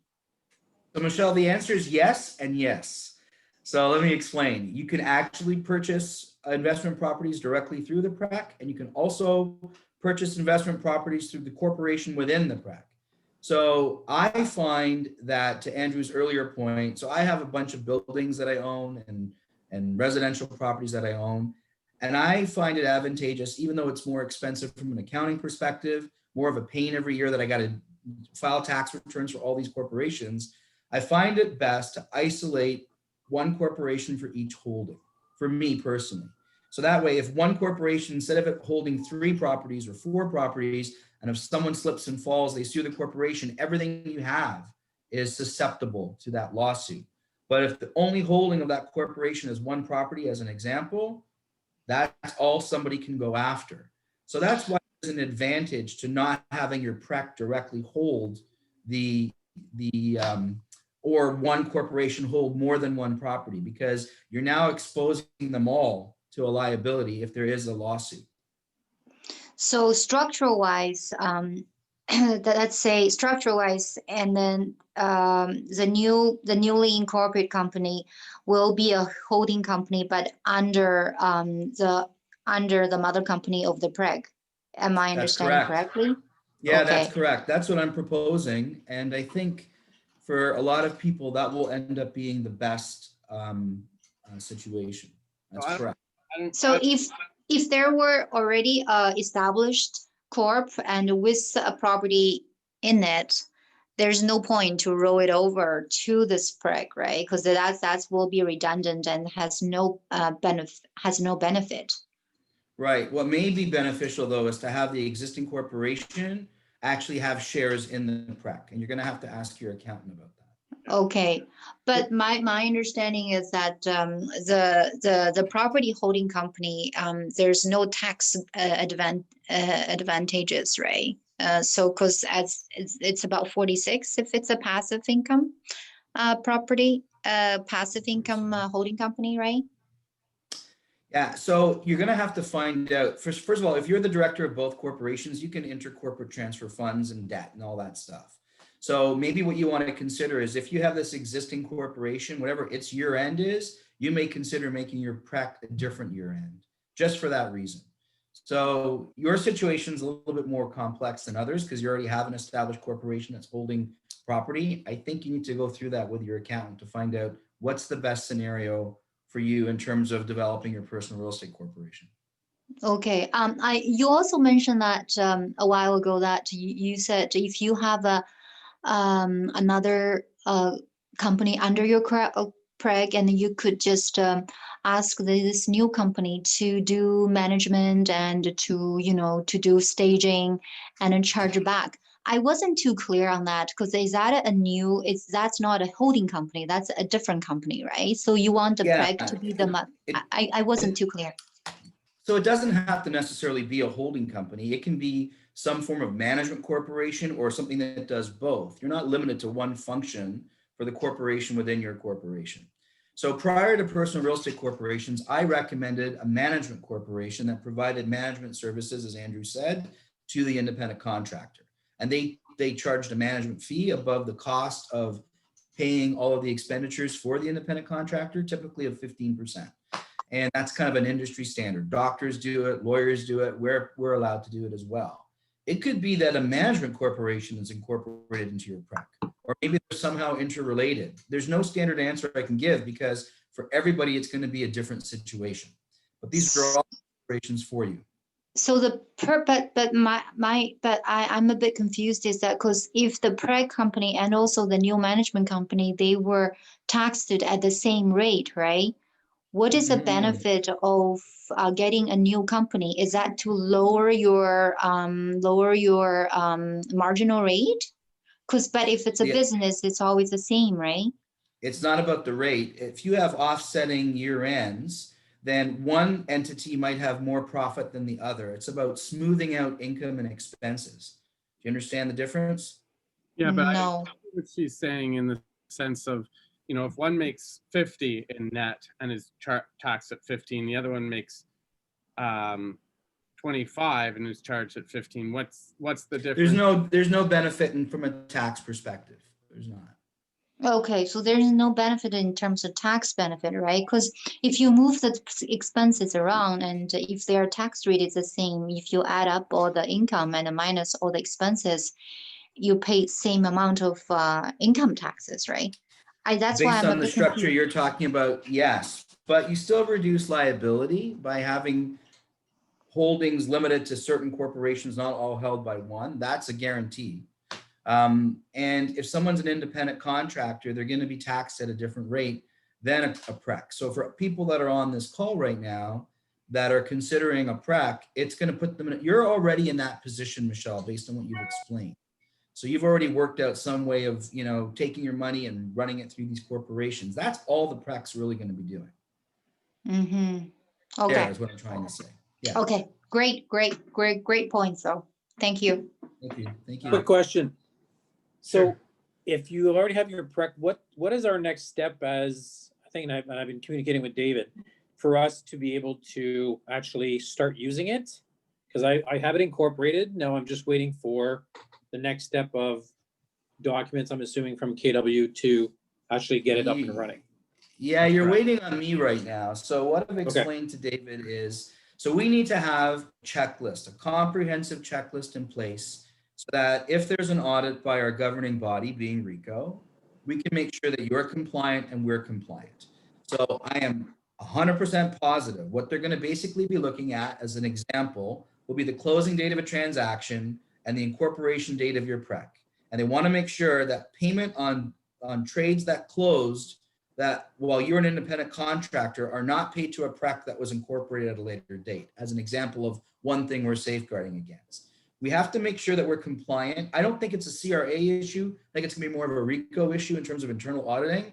But right now we're gonna make sure that we have all the paperwork in place. Having said that, you had a PREC incorporated today, and let's say you have closings today, tomorrow, and the next day, and we still don't have our paperwork ready, we're prepared to hold it for you and pay it to your PREC in a few days once we get all of this sorted out. So right now I'm composing all of the documentation for the internal processing of this all. We just got today, David, the Lone Wolf back-end system, which, have you seen this yet? If not, yeah, I already did it, yeah. Yeah, it's excellent. So what now we have in the back end is the ability to look at your name as an independent contractor and have your PREC information sort of interconnected to your name. We need an amendment to the independent contractor agreement that authorizes us to pay your PREC instead of you. There's a few check boxes that we have to have so that, because you know they're going to come in and audit at some point, that all of our people are well protected. So we're not far from it, but we're not ready yet. We're getting there though. Okay. So Marvin, I've already established, set up my PREC already, and Yes. I'm just gonna go to open a business account with a bank, and that can be done like within 24 hours, right? So I do have, like your example, I do have a couple of closings on the October 26th. and like 3 actually. And shall we? Do you think Keller Williams can hold for the payment? Yes, we can hold on those payments, and we may even be ready by the 26th, which is Monday. But if we're not, we can hold those payments because it's going to be around that time that we're ready to go. Once we have our paperwork ready, we're going to vet it through our accountant, through the lawyer. It's going to check one more time. Dave and I are going to have a whole bunch of meetings about it. And then when we feel confident, we're going to roll it out. And in terms of our systems and everything, and away we go. So even if someone had a prec today, Michelle, and they had closings today, which is a few days before us, we'll hold your money if you give us that direction to pay it to your prec that's in existence as of the day of any closings you have. Okay, so who shall we send the direction, and how, is there a form for us to do that? At the moment, no. So what you would do is send it to David saying, I have a corporation incorporated as my personal real estate corporation. Here's the incorporation date. I have closings that are pending after the date of incorporation. Name what they are and say, could you please hold funds on closing in the event that all of our internal systems are not ready to actually pay out directly to the prec at the time of closing. Super, I will do that right away. Thank you. Okay, you're welcome. Jean, you had something there? Yeah, so just to clarify, because I was on another webinar at the beginning and they were saying that if I did a deal in, let's say in August, I was a sole proprietor, and then it only closes in November, like when does that income become, like I can roll it into the prec? Is it like the closing date is the It is date? the closing date. Yeah, it's the It's closing not when we date, did the not deal. date the trade was written, no. Okay. We're going by closing date. We believe that that's going to be, there is a CRA argument that it could be back when the confirmation of acceptance was signed, but that's not how we do our taxes currently. We do it by That's when right. so like Yeah. we would think it'd be a really big stretch for CRA to try to use that argument. That being said, I don't think anybody knows 100% sure, but I think that if CRA did try to argue that the precedent and everything is there, it's gonna. Yeah, it's always when funds are received, because I went through this with CRA already. Yeah. Yeah. We believe that we can defend that position and it'll pass the litmus test with CRA. So that's the position that we've taken. The only thing we're safeguarding against is someone saying, hold this, these closings, pay it to my prec, but my prec's not incorporated yet. That we cannot do because we will get burned every time for that. And the further issue that you added in your email is also if there's another party on this agreement in holding it, we have our 7-day recall requirement to pay it out. So you may not get every deal in if there's another brokerage on it. We have a So in other words, to get the that's a minute we good receive point. the funds, we have 7 days according to RICO to pay it out. I think as per, and it was 7 days that you showed me the RICO direction. It's 7, yeah. Yeah. I think it's It's 7. 7 business days though. Yeah. So 7 just to business be days. clear, it's 7 business days, which does So- give them a little more room. So Yeah. David, you're saying that when you say there's another brokerage on it, what does that mean? Means that if it's a listing, we are responsible to pay the other brokerage on the other side. So we actually pay Royal LePage or we match the funds. So once we receive the funds from the lawyer, then we have 7 days to pay that out. 7 business days, which is important, to pay those funds out. Otherwise, we are technically in breach. It's sort of like when we ask you to get your deposit papers into us, we have a set time to get the funds into the bank. So It's does the that same mean idea. if one of the trades is listing, and if Keller Williams brokerage like a prec system is not ready after the 7 days, you will have to pay everything to personnel account. That's correct. That's correct. But having said that, the 7 business days helps us because I don't think we're going to run into any of those problems from today forward. We'll be ready within less than the 7 business days. So Fantastic. Marvin, I also want to ask you another question with regard to rollover, because one of who is my friend, right? It's not really he knows a little bit about tax. He recommended me to get a tax lawyer to do a rollover section, something I don't remember. Section 8, it's a Section 85 rollover, Michelle. It's called the Yes. Section 85, right? So he doesn't know how to do it. He said it's better to do it just to avoid the CRA's challenge, because we are rolling over our intangible assets as a contractor to our new company. Do you think, in your opinion, is that necessary to do? It's a good idea. So again, not to blow everybody's head off, because this is like way above what most people listening are going to understand, but you have the ability once in your lifetime to do something called a Section 85 rollover. And what that allows you to do is protect $850,000 of capital gain from tax. So not to freak everybody out, and again, I'm not an accountant, but I've been doing this for a long time. You need to determine whether or not a Section 85 rollover is going to be something that's applicable to you and your scenario. And Michelle, it sounds to me like it would be for you. I don't know. I have to ask details. So I just say, basically, I said, okay, if you think it's a good idea, I will do it.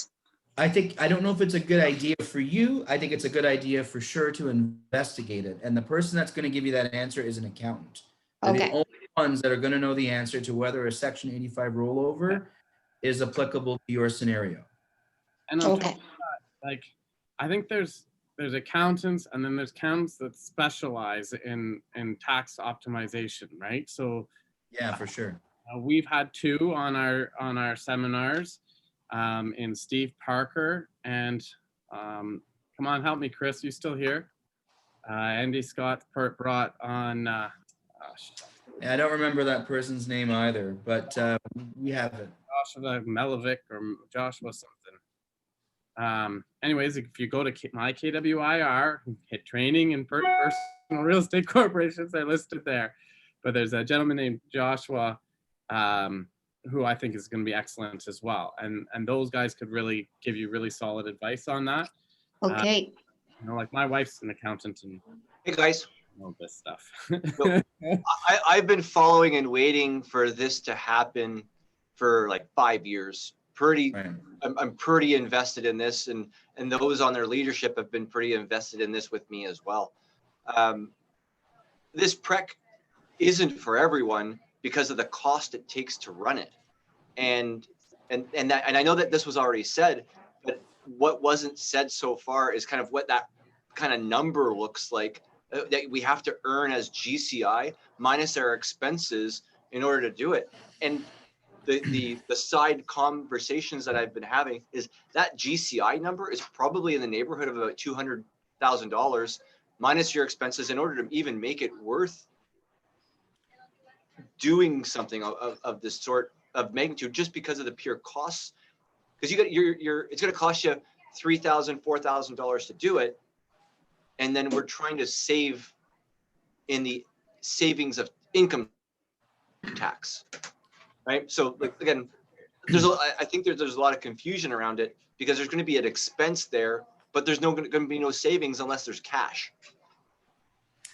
Yeah. So to Josh's point, first of all, you're going to have an annual filing for a corporate tax return. So that's going to be around $1,300 or so, depending on your account. Sorry. Some are up to $1,000. We'll be hearing 15 to 3,500. All of them are quoting between 15 to 3,500 for corporate. Wow. Well, I guess I'm Versus getting giving a deal. You got so many. Yeah. You got so many. It's worth to give you a discount. But all the numbers I'm hearing constantly is that number all the time. I heard a guy promising 1,800 yesterday. He said, "You're getting a deal to somebody else." That's the price tag that we're in. Sorry. So let's use $2,000 then, right? So you got a $2,000 annual corporate filing, and you're also going to have commercial banking fees because you're going to open up a commercial bank account. Now, I bank with a couple of different places, RBC and with Meridian. Meridian is much more forgiving in terms of costs, so it depends on what you want. RBC is RBC, man, blue collar, big bank, all that stuff. And I have a good experience with both. So you're going to have some banking, and you're going to have, as was alluded to, you're going to have, as Josh said, like probably $3,000 or so in setup fees. And then I don't know if $200,000 is the right number or not. It depends on your circumstance. Some people, as Andy Scott mentioned, would do it just to save on $3,000 a year in CPP. But to me, that doesn't make sense, because you should contribute to your CPP anyways, so that you can build, assuming it's going to be available when you need it. And that's not why you would do a PREC. It defeats the purpose, the whole big picture of it all. So, and also, sorry to jump in, hi, this is Lily. And also you have to consider how much money you're giving yourself on a yearly basis. If you have a big mortgage on your principal residence, or you have a big expense on the kids, on the car, in the end, it may be not worth of having a personal real estate company versus, you know, just filing your personal tax. So you have to put everything in consideration when you think about having the PREC. you're 100% correct. And for a lot of people, a management corporation is a better solution than a PREC, which I've been saying for years and years and years. So a management corporation can provide management services to you as an independent contractor. So for example, if you had 10 bills, I don't know, $500 for your car, and you paid an assistant, and you had rent and all these things, if you had your management corporation pay those on your behalf, and you actually transferred money, because they need to see if you're ever audited a transfer of funds, your management corporation can upcharge, if you will, 15% for all those expenditures, pay those bills, and then your management company, with any money left over, gets its own set of write-offs. So there's different things you can do, but Lily, you said it correctly, and Josh has said it correctly. The personal real estate corporation is not going to be for everyone, but we've long awaited it in Ontario because certain people it's going to be very advantageous for. That's why I said, don't everybody jump out and get it until you've researched your personal circumstance, right? You need to talk to a really good accountant. You do. And I would suggest not every accountant, to Andrew's point, is going to be the same, right? You're going to get some that really understand taxation and really understand how to set you up correctly. Do your research. And then the next issue is around the person that the accountant that you're asking is, no one in Ontario has ever done it with a realtor. Now they've done it with mortgage brokers and lawyers and all that stuff, so they'll have that advice. But no one's worked with a realtor in Ontario before. Yeah, I mean there's going to be some principles, I think, Josh, that will transcend over the different industries, but there's going to be some nuances that are specific to a realtor as well. There's no doubt. Yeah. Yep. Andrew? My big thing is, do I shut my brokerage and open a PREC? That's where I'm sitting. In my opinion, the answer is yes. Yeah. In my opinion, it's close. I think so. I'll tell you, the reason is the amount of liability that somebody has as a sub brokerage. You're our only sub brokerage, but the amount of liability and expenditure and all that kind of stuff. I think now the tax savings is the same. So why take on the liability and all that other processing? And I know I'm talking us out of some income right now, but I do think Sorry, stop. Let me stop you. Don't go one step. Do not discuss in any way any savings or any income. If Josh wants to do this, I love them. I love them sincerely. But if they say that, it's 3 things for me to do from now on, and I can cut a chunk of time, because I guarantee you, there is no real profit margin. Marvin, you're not cutting us out of any money. Guarantee you. No hard feelings, Josh. But if you say tomorrow morning, you're going to see me race through and say, shh, stop, guys, stop the press. So we're going to see David run across the office like he's never ran before. I'll give you guys an extra hug. And an extra hug. David, So, we'll have our own conversation once you get back. I think we should talk about it. I do believe it's. Yeah, we should. I think so. And sincerely, I've had somebody ask me, even John had asked me out of curiosity, what it will be beneficial. And I say, really in truth, it's for your team that we can discuss later, but really in truth, I think that from a work point of view, it really will free up so much obligation that you have, even to just go through a audit on the trust account and all the stuff. That's what I was going to say too. So much stuff that comes off of you. It's only if you have. Yeah, I was going to say the same thing, David. My advice to those thinking about doing this is simply go on your phone, open your bank account, and like if there's 50 grand sitting there, you should probably PREC, because you're only going to increase your business. But if there's only 20 grand sitting there, there's no need to. Yeah. Well, you'll sort it out on your own. The main message is investigate it because it's not the same for everyone, right? It's definitely not. So that's what I just wanted to make sure that everybody understood. I am glad I did my sub brokerage though. Oh, you should be. For that Of year, course, yes. you should be. It was worth it. It was 2 Definitely years. It was worth it. 2 years worth it, and I wish I did it 3 years earlier. Yeah, it gotta be worth it. There's no question. And that's the same excitement. Any top producer, any big producer in this office should look at that same discussion. And if they're going through a similar circumstance where the cost of living is a reasonable level and there's assessments, like you said, then yes, this is a great opportunity for anyone who is in that position. If they're not, really, like Lily said, I like what Lily said. If you look at the cost of managing your home and all the other assets and everything that you do, and you're using it because you got a high mortgage because you bought a huge property or you got different stuff, then again, you really need to take a little longer to see the benefits, and you do need to talk to an investment accountant, a proper tax accountant, to make sure they actually make sense. Really, they're not all equal. Make sure you talk to the right person, and that's their specialty. Okay. I wanted to add just quickly, guys, that I think it's important we get the name of the accountant the tax accountant who was on with Andy Scott, because he was amazing and he really knew his stuff about this. So if you missed that presentation, I'm looking for his name. I mean, he really knew his stuff. And Aria also had put out examples, and it was very clear on those examples that it really depends on your personal situation. So, some people might not be the main breadwinners, so they want to keep some of this money in there, and it really changed how much taxes you're paying. So as long as you're not spending all your income, there isn't one number. It really depends on your whole financial picture. Anyways, those are my 2 cents worth. Sorry. Love it. And one thing, like, okay, but all the money that I bring, like I make all the money from January till now is not gonna be in my corporation, right?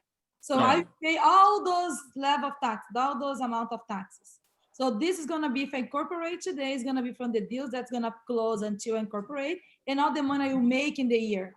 Suppose in the future, it's gonna be worth if I'm gonna make the same money I'm making this year next year. Yeah. So, okay. If I don't make the same money I make this year, anytime I can go back and be personal. You could switch back. You can. It's back. Yeah. Thank you. And just adding one more thing on the conversation of Prague, I listened to one Zoom meeting, I think 2 days ago, and the accountant said that with the government pouring money into our society, so the government needs to make more tax on revenue. So what the government gonna do to increase their revenue of course, it will go to the rich people. Okay, so if you're having a Prague, you're like red flag yourself. Says, hey, tax me because I make more money in our industrial. So that's the first thing you have to think about. And also the bookkeeping. You have to have a perfect bookkeeping in case CRA audited you. So for the coming 3 or 5 years, trust me, CRA gonna put more effort on auditing us, on auditing those people who have Prague, because you are like red flag yourself.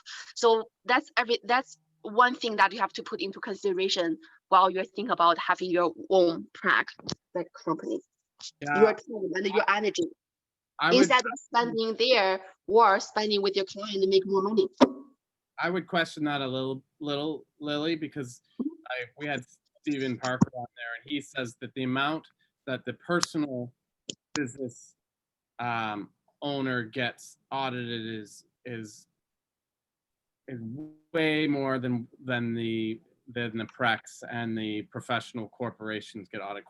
Corporations tend to get audited a lot less than personal. Okay. Yeah. That was Steve Parker's position, Andrew. He said that for whatever reason, corporations are not scrutinized to the same degree as individuals. That's for sure what he said. And one of the reasons he said that is because the corporations are usually, the taxes are prepared by professionals, where often our personal taxes are less, so there's usually a lot easier to find stuff, I guess, for a CRA in the personal. We kind of mentioned that. But yeah, he says with all the taxes that they do, the personal ones, and the real estate agents, for example, get scrutinized and scrutinized and scrutinized, but the professional corporations don't. Much less. So you might be right in the sense, Lily, that they might pick up and start looking at that more. But as a professional doing a personal tax return, it's already scrutinized way more than you. Yeah. You know what I mean? Like I think that there is an advantage of being less likely to be audited in a currently. Well, yeah. Well, if you do your bookkeeping right, you're not afraid of auditing, right? I have everything here, so if you want auditing me, here you go. Yeah. But just like it takes time and energy to make it right. Yeah. And it's important to make it right. Absolutely. I put in the chat. It's Jacob Milosic from Henry Bourne LLP, who was the other accountant who did very much a process along with Andy Scott in their presentation that they did for us last week. And Bruno, we have, you asked if we could have an accountant as a guest. We'll probably do that again, but we have had 2 in the last week and a half accountants come and talk to us, and their conversations are both recorded on the mykwir.ca website. So you could definitely still catch the advice that they gave. Okay. They were pretty good. Yeah, they were like, it helps a lot. But today was the best meeting ever. Look at this. We'll finish the plan stuff, quick, and then we'll just have a conversation for an extra hour. That's the okay. Love it. Thank you very much for everyone. So I have to run. Let's make some money. Bye. Ciao. Ciao. Thanks, everybody. Appreciate it. We all good, Andrew? Do you need for anything else, or are we good? I think we're good. Okay. Take care, everybody. Bye-bye. Bye.